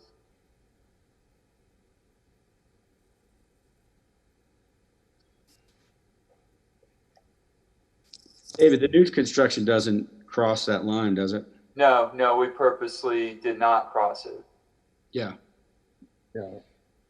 But Keith, I think the point is if we're successful, and we believe we're high probability will be to get that abandoned, that'll give us a lot more room to do some redesign on the frontage of Flagler of the new construction. If for whatever reason we can't address this lift and outhouse on Pershing.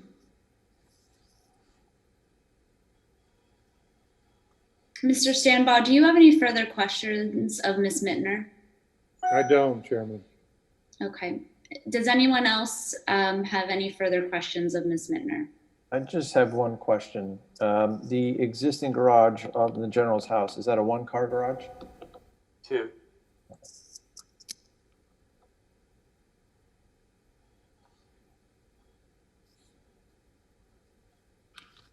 Ms. Mittner, where do you believe the original entrance to this property to be in the 1920s? I mean, obviously that pool was added at a later date. Right. I think it was like the applicant described. They just kind of went up the east side and approached it that way, but I don't know for sure. And what about? I'm sorry, I Sorry. didn't mean to interrupt you. Just because images do show the wall there, the perimeter wall. And what about the piers fronting Flagler? There's 2 sets of piers fronting Flagler on that wall. Do we have an image of that? Yes, I'm gonna try to get that up here.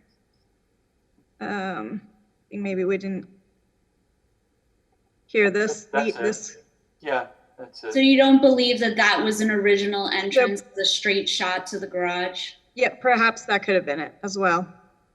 Well, it's got General Ersich's initials on it, Amanda. So then obviously it was enclosed later. Yeah. But if you look at the gate and the entrance on a Pershing, I don't know. They are similar. I have no idea. Those piers look like they lead right to the garage that's in the back. Yeah. Right along that easement. Maybe they had both approaches. Probably. That indicates to me that the original access was from Flagler, and maybe there was another 2 access points, but I think logically that makes sense that it would be in line with the garage, and that would have been your service entrance for this property. What off of Pershing? So I wanted to ask Ms. Mittner, do you believe the garage was originally a standalone accessory structure? Because I can see Yes, I think it was joined later on. it was joined later on. Mm-hmm. And do we have precedent for garages being relocated on a property? I'm just thinking of, there are 2 properties in the immediate vicinity that we have recently approved new garages for in creative locations. And I'm just wondering if there was any conversation about creating an alternate garage location for this property so that it logically was accessed from Pershing rather than a street on the other side of the property. No, we didn't discuss that because so this is kind of that original. So it has it was a standalone in the sense that you could define the form, but it did have this archway. There was at least a walkway connection. So it was remaining in its original location. So we didn't discuss relocating that. Have there ever been garages that were relocated in our historic districts? Yes. Okay, so there is precedent for that. I know, like, obviously you haven't looked at it, but do you think that there could possibly be room to have a garage off of this Pershing entrance rather than accessing the original garage from Sunset? I think it's physically possible. However, I think keeping it in its original location is preferred, and perhaps addressing some of the other concerns in another manner by adding another driveway off of Pershing or leading it on the east side of the property line. I wouldn't necessarily say the garage has to be relocated to achieve that. But you think there are other options than what has been presented to us? Yes, I believe you could do the access point of what you were indicating off of Flagler in that perhaps original location based on the wall, or extended further back off of Pershing. And again, I believe that can be accomplished without relocating the garage from its original location. Okay, and then my last question is, given the setting orientation setbacks of the compatibility standards, do you have concerns that those are not met, or do you feel that they're satisfactorily met with this application? I think the fact that the front door is facing the interior lot is not ideal, but I do see the constraints the applicant has been working with on Pershing. Once you make that corner, let's say you're heading southbound on Flagler and you make a right on Pershing, besides the lift station, it is a very congested corner there. And so I understand why they're trying to get the traffic off of the corner of Pershing and therefore orienting their door to the north. But no, there are no other homes like this in Elsid. Okay. Are you aware of any other in other historic districts?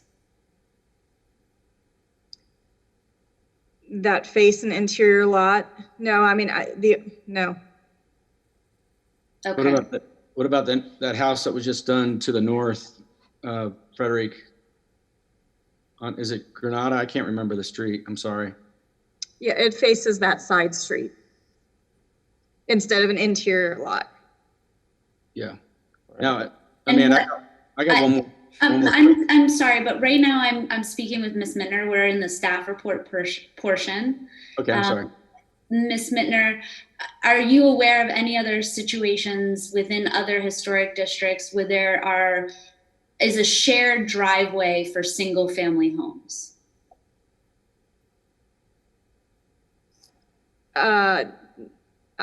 I think in practice, some people have done that on the tighter lots in Flamingo Park, where it is so narrow that it's almost easier. But I think that is done in a more informal, neighborly way, just because of the lot constraints.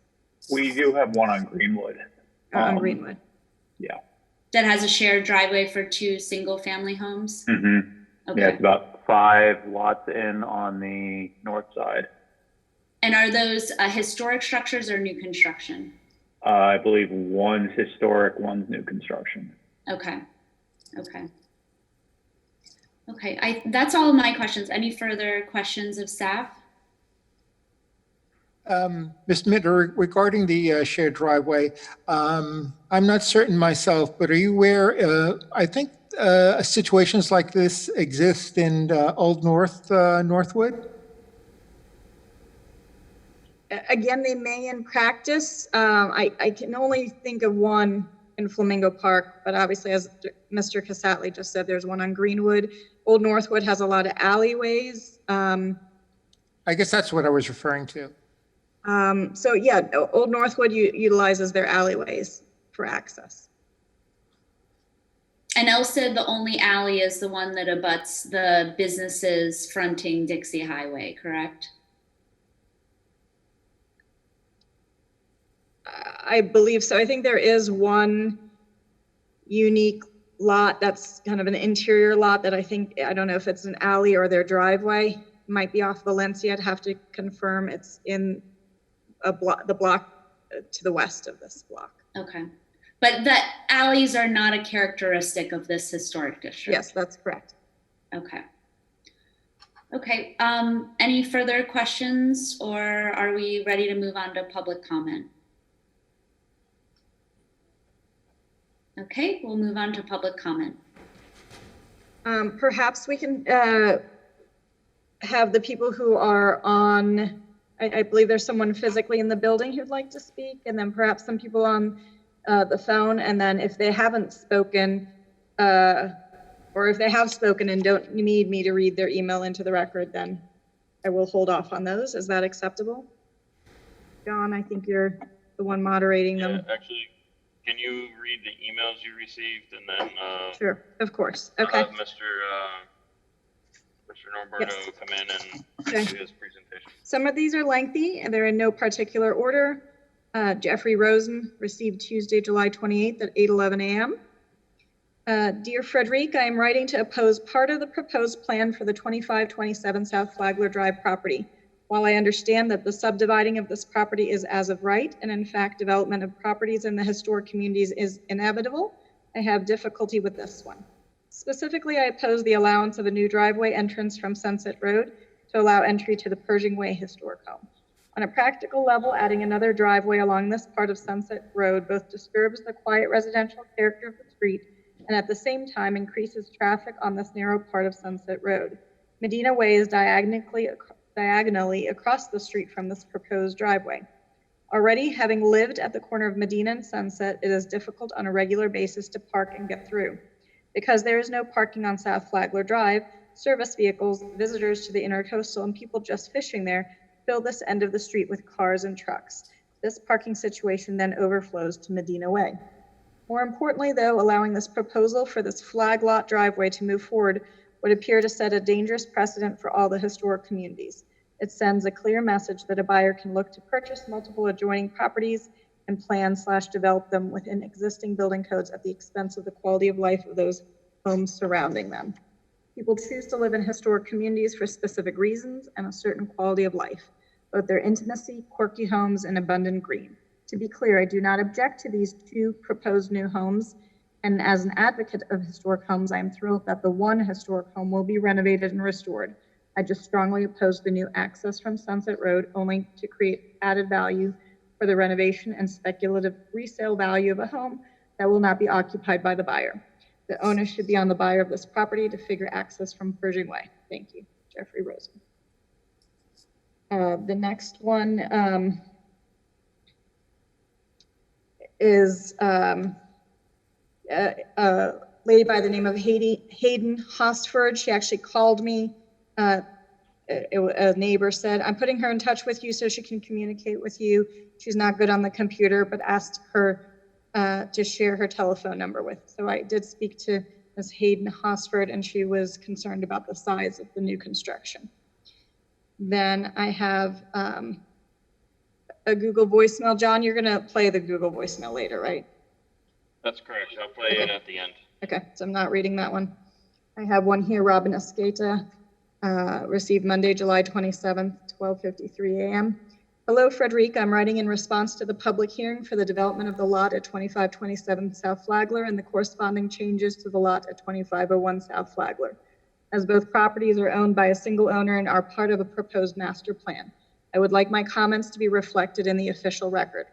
I have lived at 190 Sunset Road for the past 19 years. I chose to live in El Cid, have invested tremendously both financially in updating our beautiful historic home and through my time and efforts to maintain the character and safety. Spearheaded the installation of speed bumps of our beloved historic neighborhood. I'm raising my children here. This is home.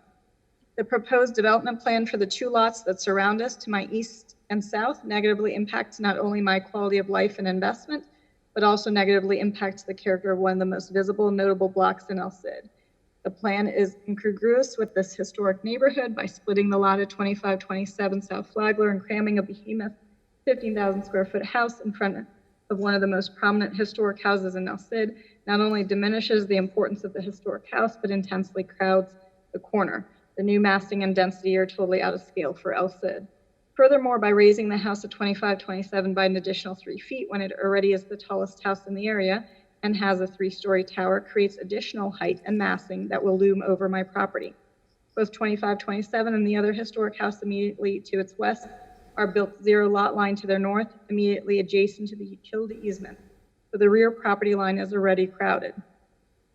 Those houses have been using the utility easement as their personal property and for junk storage, and I share that property line. So to raise 2527 by 3 feet to crowd another house in front and to build all of the massing and height jammed into the northwest corner creates a nearly solid wall of building around my house and blocks off most of our water view. Therefore, I object to raising 2527 South Flagler by 3 feet and object to the grossly inappropriate size and style of the new house planned for the front half of the house. A massive CBS box may be suited for the south of southern neighborhood, but not historic El Cid. If I wanted to live surrounded by that type of mega house, I would have chosen to live and invest there, not in a historic house in historic El Cid.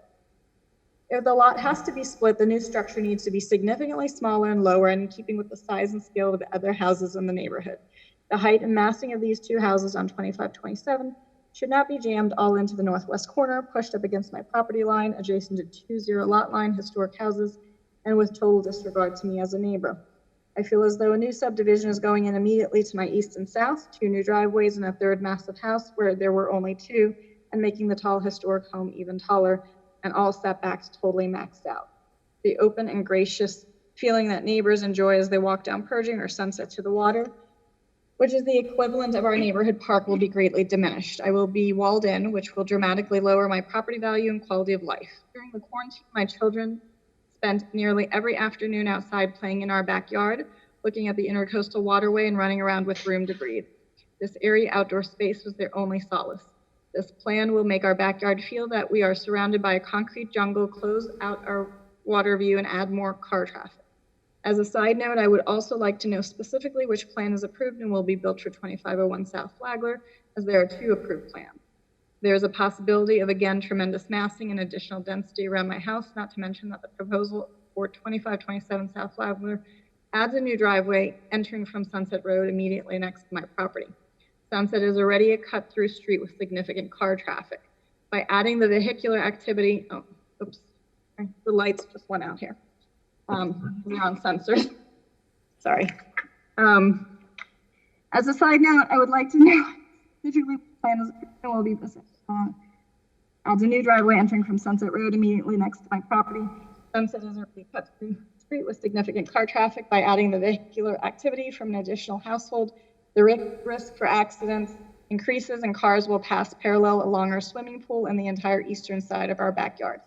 Kindly consider us neighbors who have chosen to live and invest in a historic neighborhood for the character, charm, and graciousness that El Cid offers, and ensure that this plan is significantly reduced in scale. Please also ensure that the massing is significantly lessened on all new construction and renovations on the north property line of 2527 South Flagler, and where possible, that setbacks are as large as possible so that the character of my backyard isn't ruined. Thank you for your careful consideration. It is deeply appreciated. I also have an email from Ken Pearson, received Friday, July 24th, 10:09 a.m. Hi, Frederic. I hope you're well. I'm responding to a notice we got regarding the above property. We want to let you know how we feel about his proposals. It is owned by Sean Heiniger, who has taken great pains to fully inform us by showing us his plans for the properties. Sharon and I are excited to have him get underway on the full restoration of 2527 as well as the construction of the new home. He has anticipated our concerns regarding our sightlines being blocked by all the new development and has done as much as he can to reduce any impact. We think his efforts will be a huge positive for the neighborhood and wish him well. Too bad more buyers are not as concerned about maintaining the historical nature of our area. We hope the city gives him the green light to get cracking. Also received a phone call from Mr. Tinson to the west, supporting the rehabilitation of the structure. And then again, I will be playing the Google voicemail received from Fred Tanny. And Noberto, I have your email, but I believe you'll be presenting that. Yes, Okay. we have Norberto here who's going to present, and then Fred Taney is actually on Zoom and is willing to speak that way as well. Thank you. So first we'll have Norberto. Let me just share my screen real quick. Yes, Do you need to be sworn in? Have you been sworn in? I have not. No. Is the speaker on? Yes. I have not been sworn in. Ms. White, could you please swear him in? Raise your right hand, please. I have. Do you solemnly swear or affirm that the testimony you're about to give is the truth, the whole truth, and nothing but the truth? I do. Thank you. My name is Norberto Asqueta Jr., and I reside at 190 Sunset Road with my wife and my 2 children. We have lived there since 2001.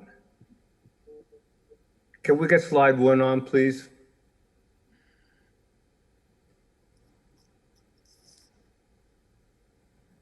I'll start reading.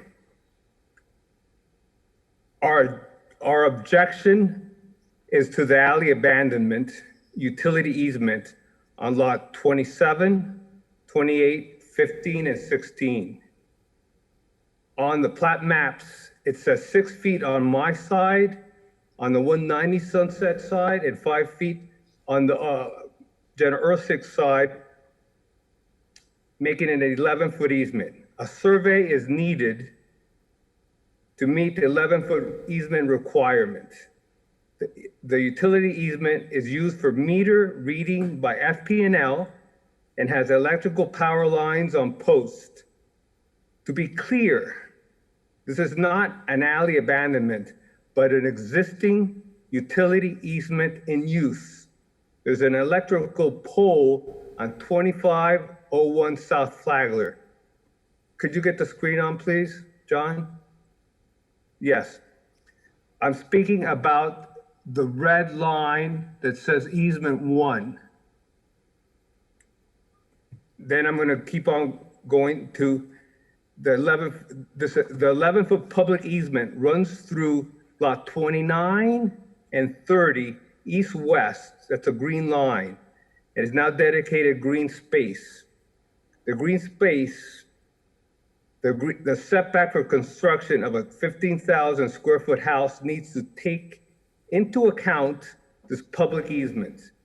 We would object to any changes of the existing public easement.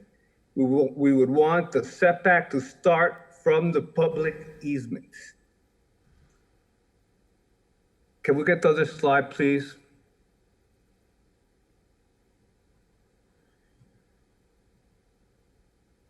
The addition of a blue driveway to access property off of Sunset Road would have headlights shine into my bedroom, my family's bedroom, and the noise factor would be unacceptable for my family. From what I've seen from the plans, that blue line now goes all the way east, it goes all the way south, and it cuts across east. I don't have the blue east. The road would intersect into the existing easement. My objection is, why would an address on 2527 Pershing Road need a driveway from Sunset Road to their garage?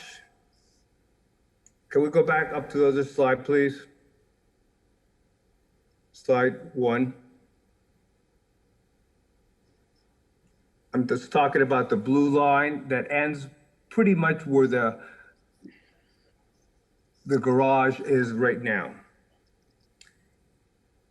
the utility easement has to be surveyed to meet an 11-foot requirement, and any new east-west construction has to meet the setbacks, which is the green, and take into account the public easement. The new proposed driveway from Sunset Road would not be constructed to access the proposed subdivision because of noise and headlights. In other words, in front of my house, I don't want to have crisscrossing roads and have headlights coming in from the bedroom windows. That was not the intention why I bought this house in the historic neighborhood. The other thing I'm very concerned about is also this utility easement abandonment. This has been used, but it's used by PNL. They knock on my door and say, hey, could I come back to read the meter? And I go, sure, go back into the utility easement. So we have to be very careful the way that they say alley abandonment. It's not, it's a utility easement in use, and the green part is a public access. And I don't want, I want to keep the utility easement. I want to keep the public access. And I also want not to have a driveway intersect in front of my house directly east. Why would I want a driveway if I'm in the pool? I see cars driving in and out. It's just not the intention. And I've talked to my friend, my next door neighbor, Holden Luntz, and Holden said, well, I wouldn't want a driveway in front of my house either. And Holden said he would be against this house, a 15,000 square foot house. But my concern is about the utility easement, the green space public easement, and the driveway. Those are my objections. Also, I talked to an attorney, Mark Latier, and he says he objects also to the massing of the house on Flagler, and he's on South Flagler. Holden couldn't be on this call, on this meeting, but he said I could use his name. So please take into account my situation about the public easement, the utility easement, and the driveway. I object to all three of those, and I would like, and I think there could be a better design, but definitely no driveway. That is, I'm 100% against it. Thank you for hearing my comments. Thank you, Mr. Escada. And Madam Chair, just for clarification, I know a couple times it's been referenced the 15,000 square foot house. It is approximately 6,500 square foot house. There was a typo, it was clarified, but just to make that statement on the record. Okay, thank you. Yeah, but still, my objections aren't to the house as much. I object to the house. I wasn't debating it. I was just clarifying that aspect. That's all. I'm not. Okay, but I just saying, to me, the driveway off of Sunset, it was never the intention anywhere. I don't think maybe there's one that happened before, but that's not the intention of El Cid neighborhood to intersect driveways in front of people's houses. That's just not the right thing to do. And not only the driveway, we have easements we have to respect. They've been since 1920, since 1930. So please respect the easements that have been dedicated. And also these driveways, you just can't start putting driveways all across people's yards. I mean, in front of their house. I mean, it's not right. And please respect my opinion on the driveways and the utility easements and the public easements. Thank you. Thank you.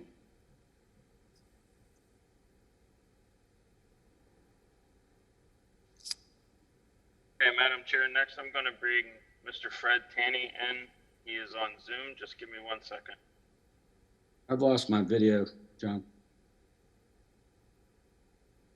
We can still see you. Okay.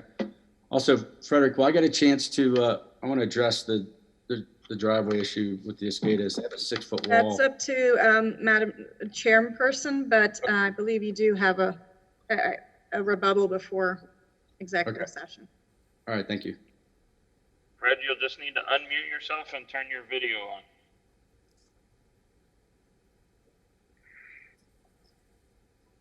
Unmute. There we go. and happy to, how do I turn on? Oh, start video. There we go. Okay, you get an old guy trying to operate new technology. It always is a problem. Madam Chair, I need to be believe sworn in. Mr. Tenney will be, yeah. Raise your right hand. Do you solemnly swear or affirm that the testimony you're about to give is the truth, the whole truth, and nothing but the truth? Yes, indeed. Thank you. Thank you. I live at 2433 South Flagler, immediately to the north of the subject property. And in fact, people talk about the new house raised being the highest house. I actually think my house may be higher than all of them. I want to start by saying, first of all, to the architect, what you've done to the old house is absolutely spectacular. And I really look forward to having it built. And I'm very excited about it. In general, I'm very excited about the project, other than the construction noise that I'll have to live with for several years as you complete it. Let me begin by saying, and thank you, Frederic, for clarifying that it wasn't 15,000 feet, because I had a bunch of neighbors calling me up and saying they're putting a 15,000 square foot house on Flagler Drive, and I knew that couldn't be done because I had just been through FAR and zoning and historic approvals, and I understood exactly what could be put up. I am fully in support of this proposal, and the driveway will be across, frankly, from my house. And I'm in support of it for a number of reasons. One, these are what is 2 lots now, but will be 3, is an incredibly underutilized portion of El Cid right now. It's frankly incredibly ugly, the house on 2501. I'm hopeful, and I would almost ask as a condition that you start that one first so we can get it done. But in any event, I understand the desire of the builder or the developer here to get this all done together. In any event, I don't think it is going to be an impact on the community other than what we already have. We have a driveway across from my house right now. There'll be one more set of cars going into the old house that is going to be redeveloped, which will be absolutely a beautiful addition to the community. I was concerned about how far forward the new 2501 was going to be pulled. And I'm happy to hear that it is only 15 feet further forward and not closer to the road. I wonder candidly why you have to move the thing, because it's just a shell. It would probably be cheaper and even more efficient to just build a new shell, because I've done construction on my own, so I understand that as well. In any event, I am fully in support of the proposal. I don't think it is going to put any more burden on the community. If anything, those headlights will be coming into what will be my new garage, and the house behind it, or the room behind it, that what you guys just approved a couple of months ago. And I'm still fully supportive of it because I think it will be a great enhancement to the community.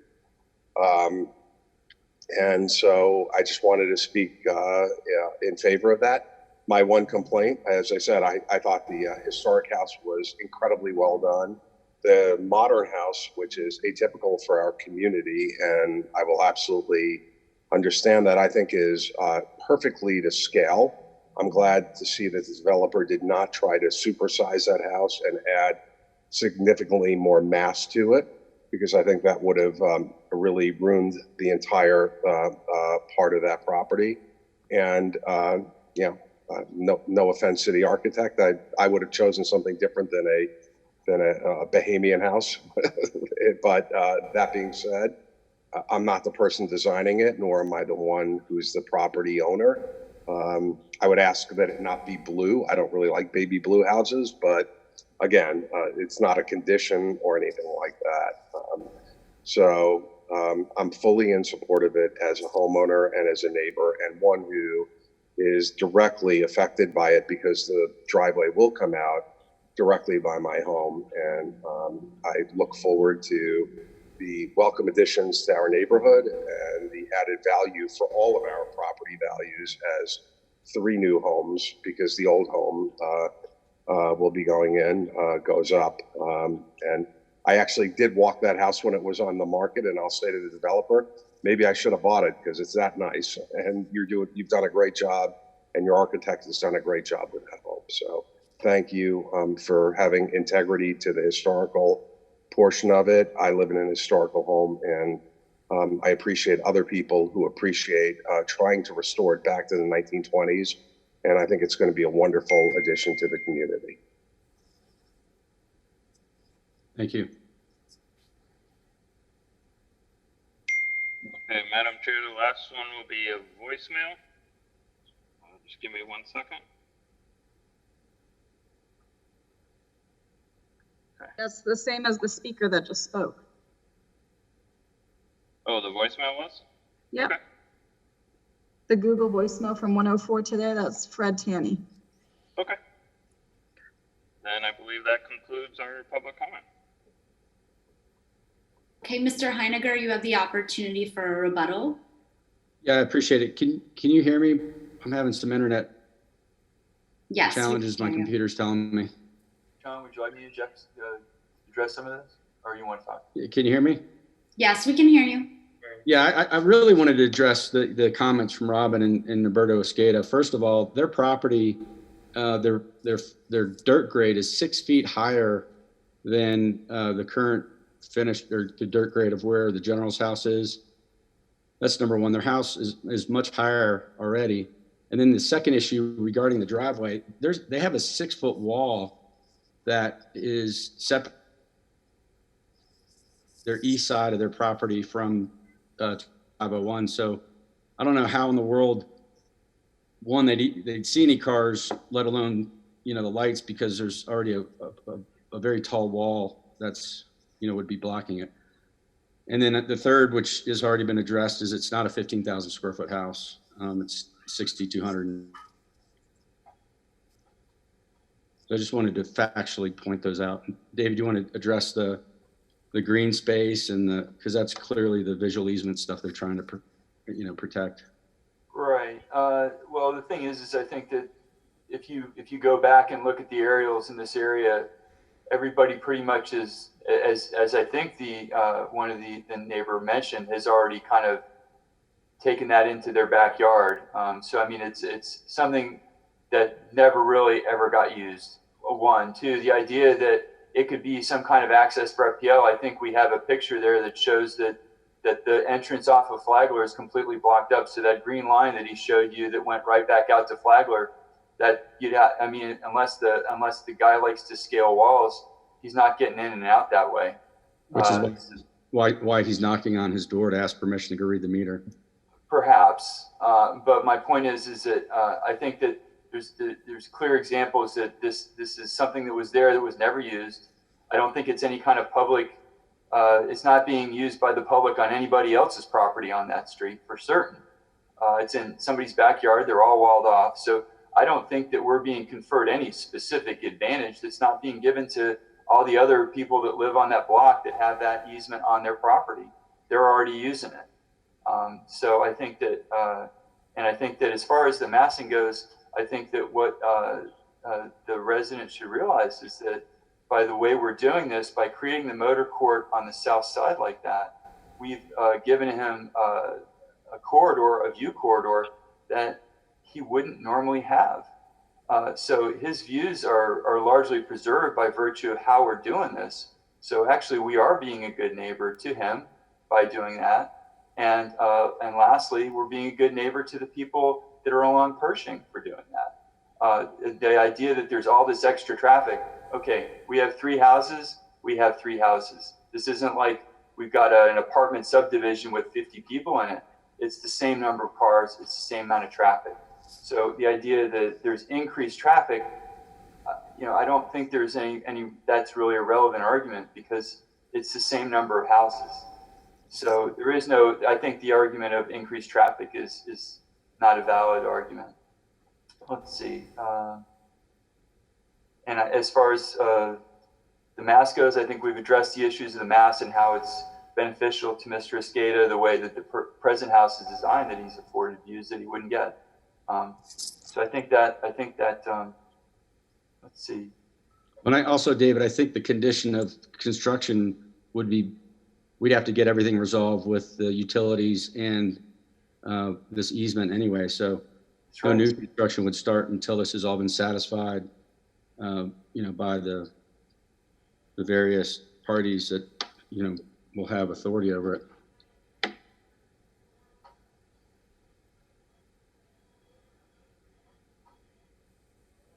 That's all I have. Okay, thank you. With that, we will enter into executive session.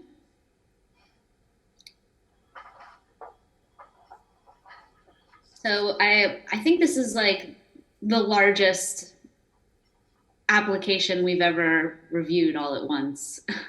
It's a lot of information, and I think that is one of the things that's so challenging, is there's so many different factors to take into consideration and how they interplay with each other.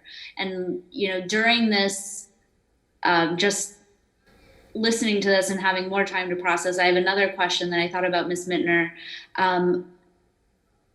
After we approve for 2501, if we approve to have this driveway going down the rear of that property, would they be able to come back with another design for a new house there?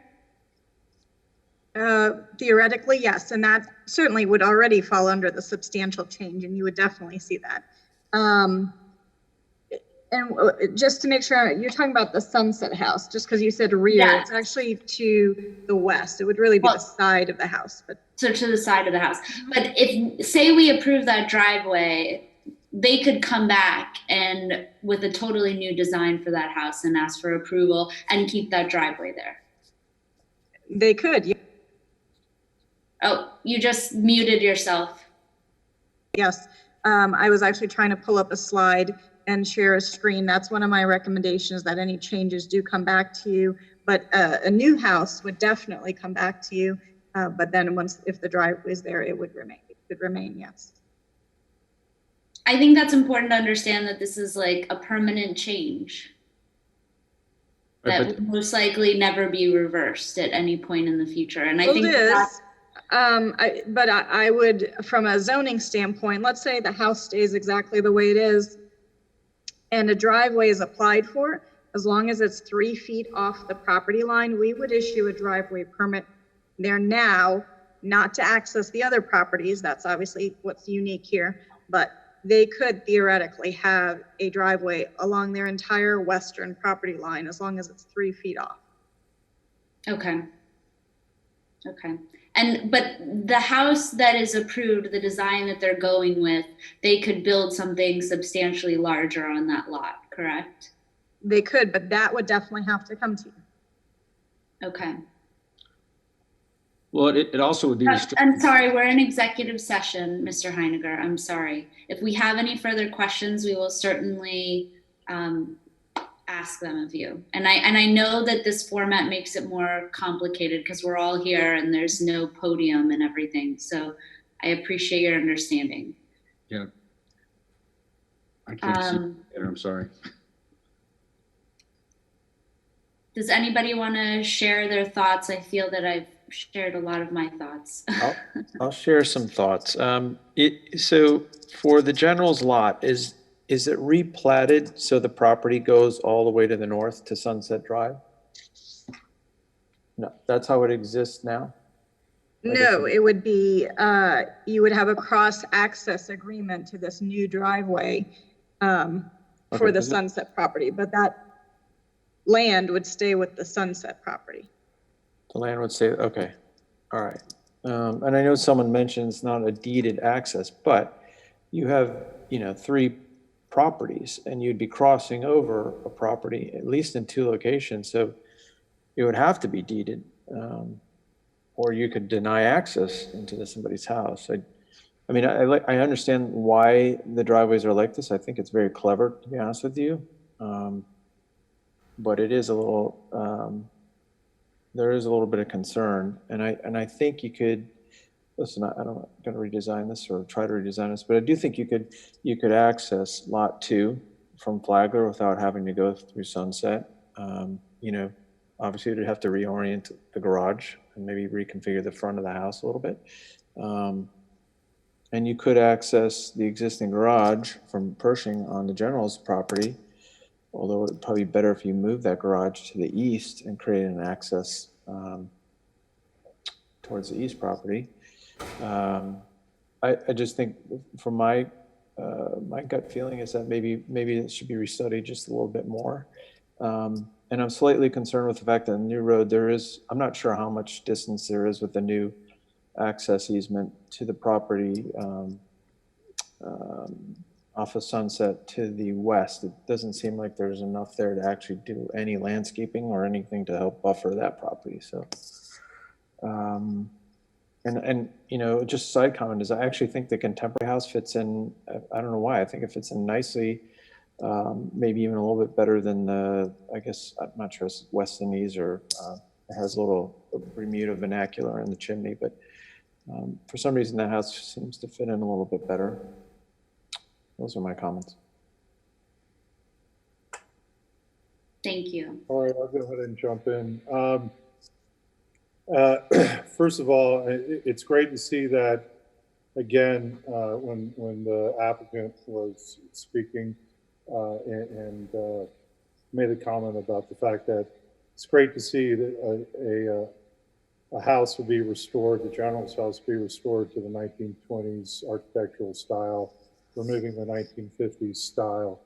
The concerns that I've had here, first of all, is as indicated, and I can only see what's presented right now without doing additional due diligence, and it may be premature to really vote for any kind of approval right now because I don't have that comfort level of what's presented to approve, specifically for the fact that the easement or it states abandoned portion of unimproved alley.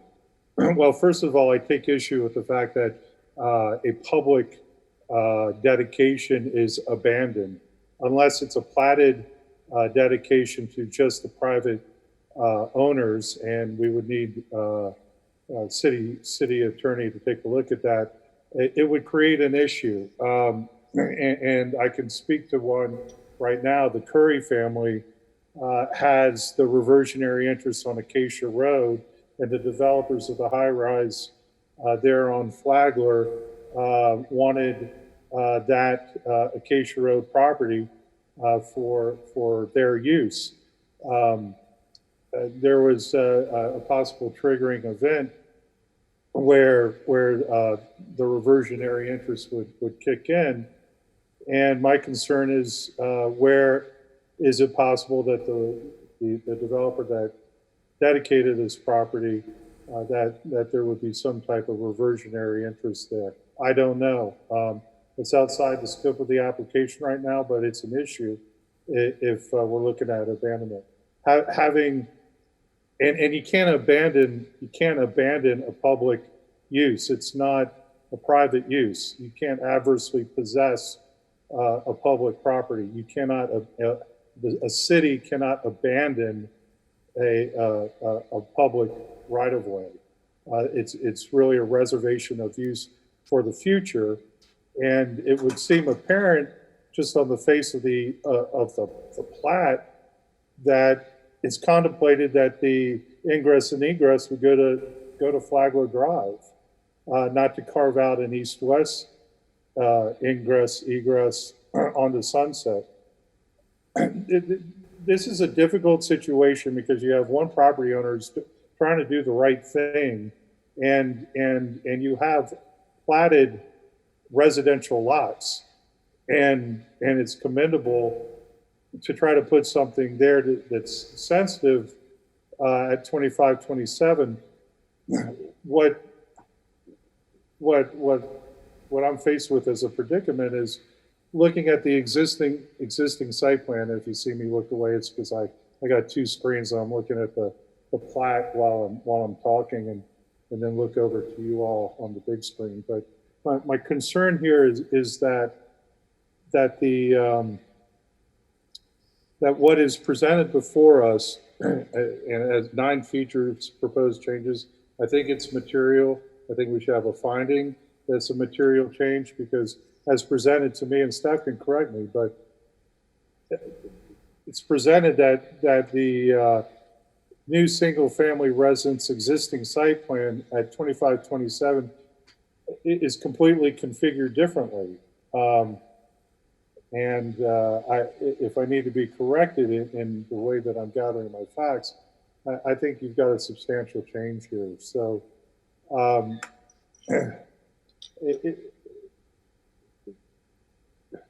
there's got to be a balance in preservation and an allowance for a property owner to develop platted lots, which were originally platted for residences, and to be sensitive with that.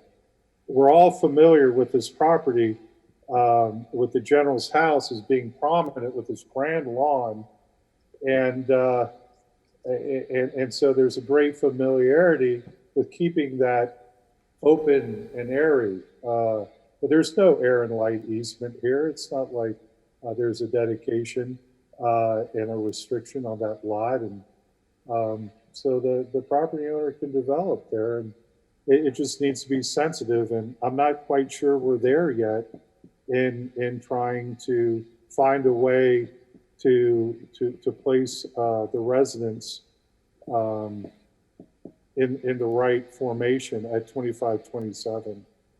So those are my thoughts. I know that I put a lot out there and a little bit that's beyond the scope of what's presented, but I don't have that comfort level to approve at this time.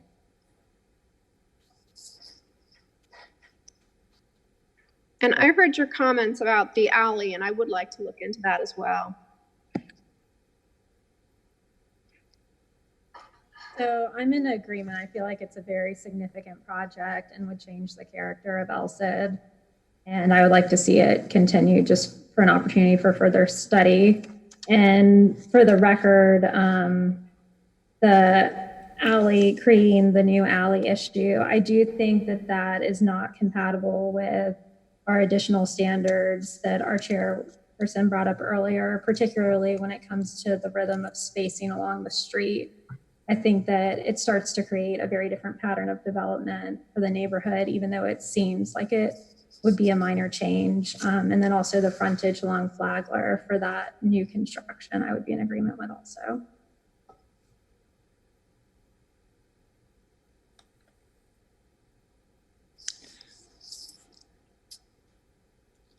I just wanted to say, I wanted to ask Mr. Stamba, in your opinion, do you think that the proposal should be continued until such time as all the legal ramifications regarding the right-of-ways are resolved?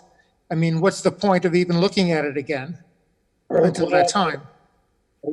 Yeah, to clarify, and as far as the what's defined as abandoned portion of unimproved alley, the applicant has stated that they can proceed with the plan without getting essentially the rights to that portion deeded back to them. So I don't necessarily mean that it's relevant to the application, but it's a concern that I would have if they're relying on that. And it seems that there's a partial reliance on it because they're bringing it up. If they're looking at it, because we don't know exactly how that dedication was created or conveyed. So I would want to know from the city attorney's office whether or not that could be resolved, because if you add that in to whatever is being constructed, it may change the plans of the applicant. So I don't know if I made made my thoughts clear enough with you on that. It's as clear as mud, perhaps. But my point is that I'm just not comfortable voting to approve the application as presented. I do believe what is presented is in fact a substantial change to the original application as I see it here, because the footprint on the new single-family residence existing site plan for 2527 is substantially different than what's been presented. I didn't vote on the original application, so I can't opine any further. But at this time, my desire would be just to direct the applicant to go back and work with staff to see if there can be a more sensitive way of building the new construction, which would have ingress and egress from Flagler instead of Sunset. There's a reason why you've got a dedicated alley that's going east-west to Flagler. And it seems as if, not seems, but on its face, the ingress and egress would be coming off of Flagler. Now, perhaps I can do a site visit, which I have not done, and take a look more at the point of the applicant's point as far as the traffic and how the traffic is going to be affected with that turn. But this is a very prominent lot in El Cid. It's a prominent lot on that turn. We all look towards that lot. And so if something remarkable can be placed there that really is there's a great opportunity here for the owner to really make something quite remarkable there. But I think an entrance from Flagler would be much more grand than the sharing of a new private road coming off of Sunset. But to me, my point is that it is a substantial change from the application. That's these 9 features. I think it constitutes enough to qualify as a substantial change, and I don't believe that I have sufficient evidence presented to approve it at this time. That's all. Madam Chair, can I just address the substantial change comment? Yes. Okay, thank you. And it definitely sounds like the board is looking for more information. The substantial change component was only towards the modern house, and that everything else is definitely new, definitely had to come to you. The question was, does the modern house, adding a driveway, which is shared, granted, and shifting 15 feet, does that constitute a substantial change? Moving forward, I have clear direction that you all want anything that's shifted to come back to the board. But again, that's the only component that had any previous approvals. So that's the only element where the substantial change discussion comes in. And then the city can abandon a public right-of-way. There's a whole process to that. Oftentimes there's a fee involved. That's something the city commission decides. They get an appraisal. So that is something, but again, they are not that far along to have that locked in yet. But it is something that has occurred, especially in our downtown. Public right-of-ways have been purchased for private property. So I just want to make those 2 distinctions, not advocating either way, just clarifying the substantial changes only on that modern house on the north side. We're in executive session. I can't see you guys. So I want to thank Ms. Mittner for making that clarification. That is a big big difference. And Madam Chair, though, I defer to you. I've made my comments, so. Thank you. Would anybody else like to weigh in? Can I say something? We don't need the alleyway. I only brought it up because of the recommendation that you guys wanted a different design for the frontage of the new construction on 25, 27. But we don't need it at all. But if we were to get it, we would have a lot more frontage to work with to accommodate your concerns about not having a front entrance off of a front facing off of Flagler if we can't get it on Pershing. That's all I wanted to clarify. And we also don't need the driveway for 2501. That is supposed to be deeded to the general's house. We don't need to have a shared driveway for 2501, the modern house. Okay, thank you. Any further discussion? Would someone like to make a motion? I'm hearing that we would like this to be studied further based on the feedback that we've given during the meeting. I don't know if anyone feels differently, but would someone like to make a motion? I move to continue case 20-38 to next month's meeting. Do we have a second? Second. All those in favor? Sorry, I know I told Mr. Williams at the beginning that he was voting this evening, and I do apologize, but Mr. Cassatley joined Okay. in the meantime, so we do need a second. I retract my second. Do we have a second? Can we go ahead and say the motion one more time, please? I move to continue case number 20-38 to next month's Historic Preservation Board meeting. Is 1 month enough time? I think we should leave it up to the applicant Okay. and city staff, and if they would like to defer it for an extra month, then they have the right to do so. Okay. Do you have a second? Second. All those in favor? Aye. Aye. Aye. Any opposed? Okay, motion carries. Mr. Lawrence, Mr. Heiniger, I appreciate you answering all of our questions. We do want to work with you on this. We very much admire, as I said, how much effort you are putting into restoring this property. We just want to make sure that any changes are compatible with the existing historic district. And we appreciate you being receptive to our feedback and look forward to seeing you next month. Is there any way we can start with the renovation process and defer the new construction? Because it seems like that's the big issue you guys are having.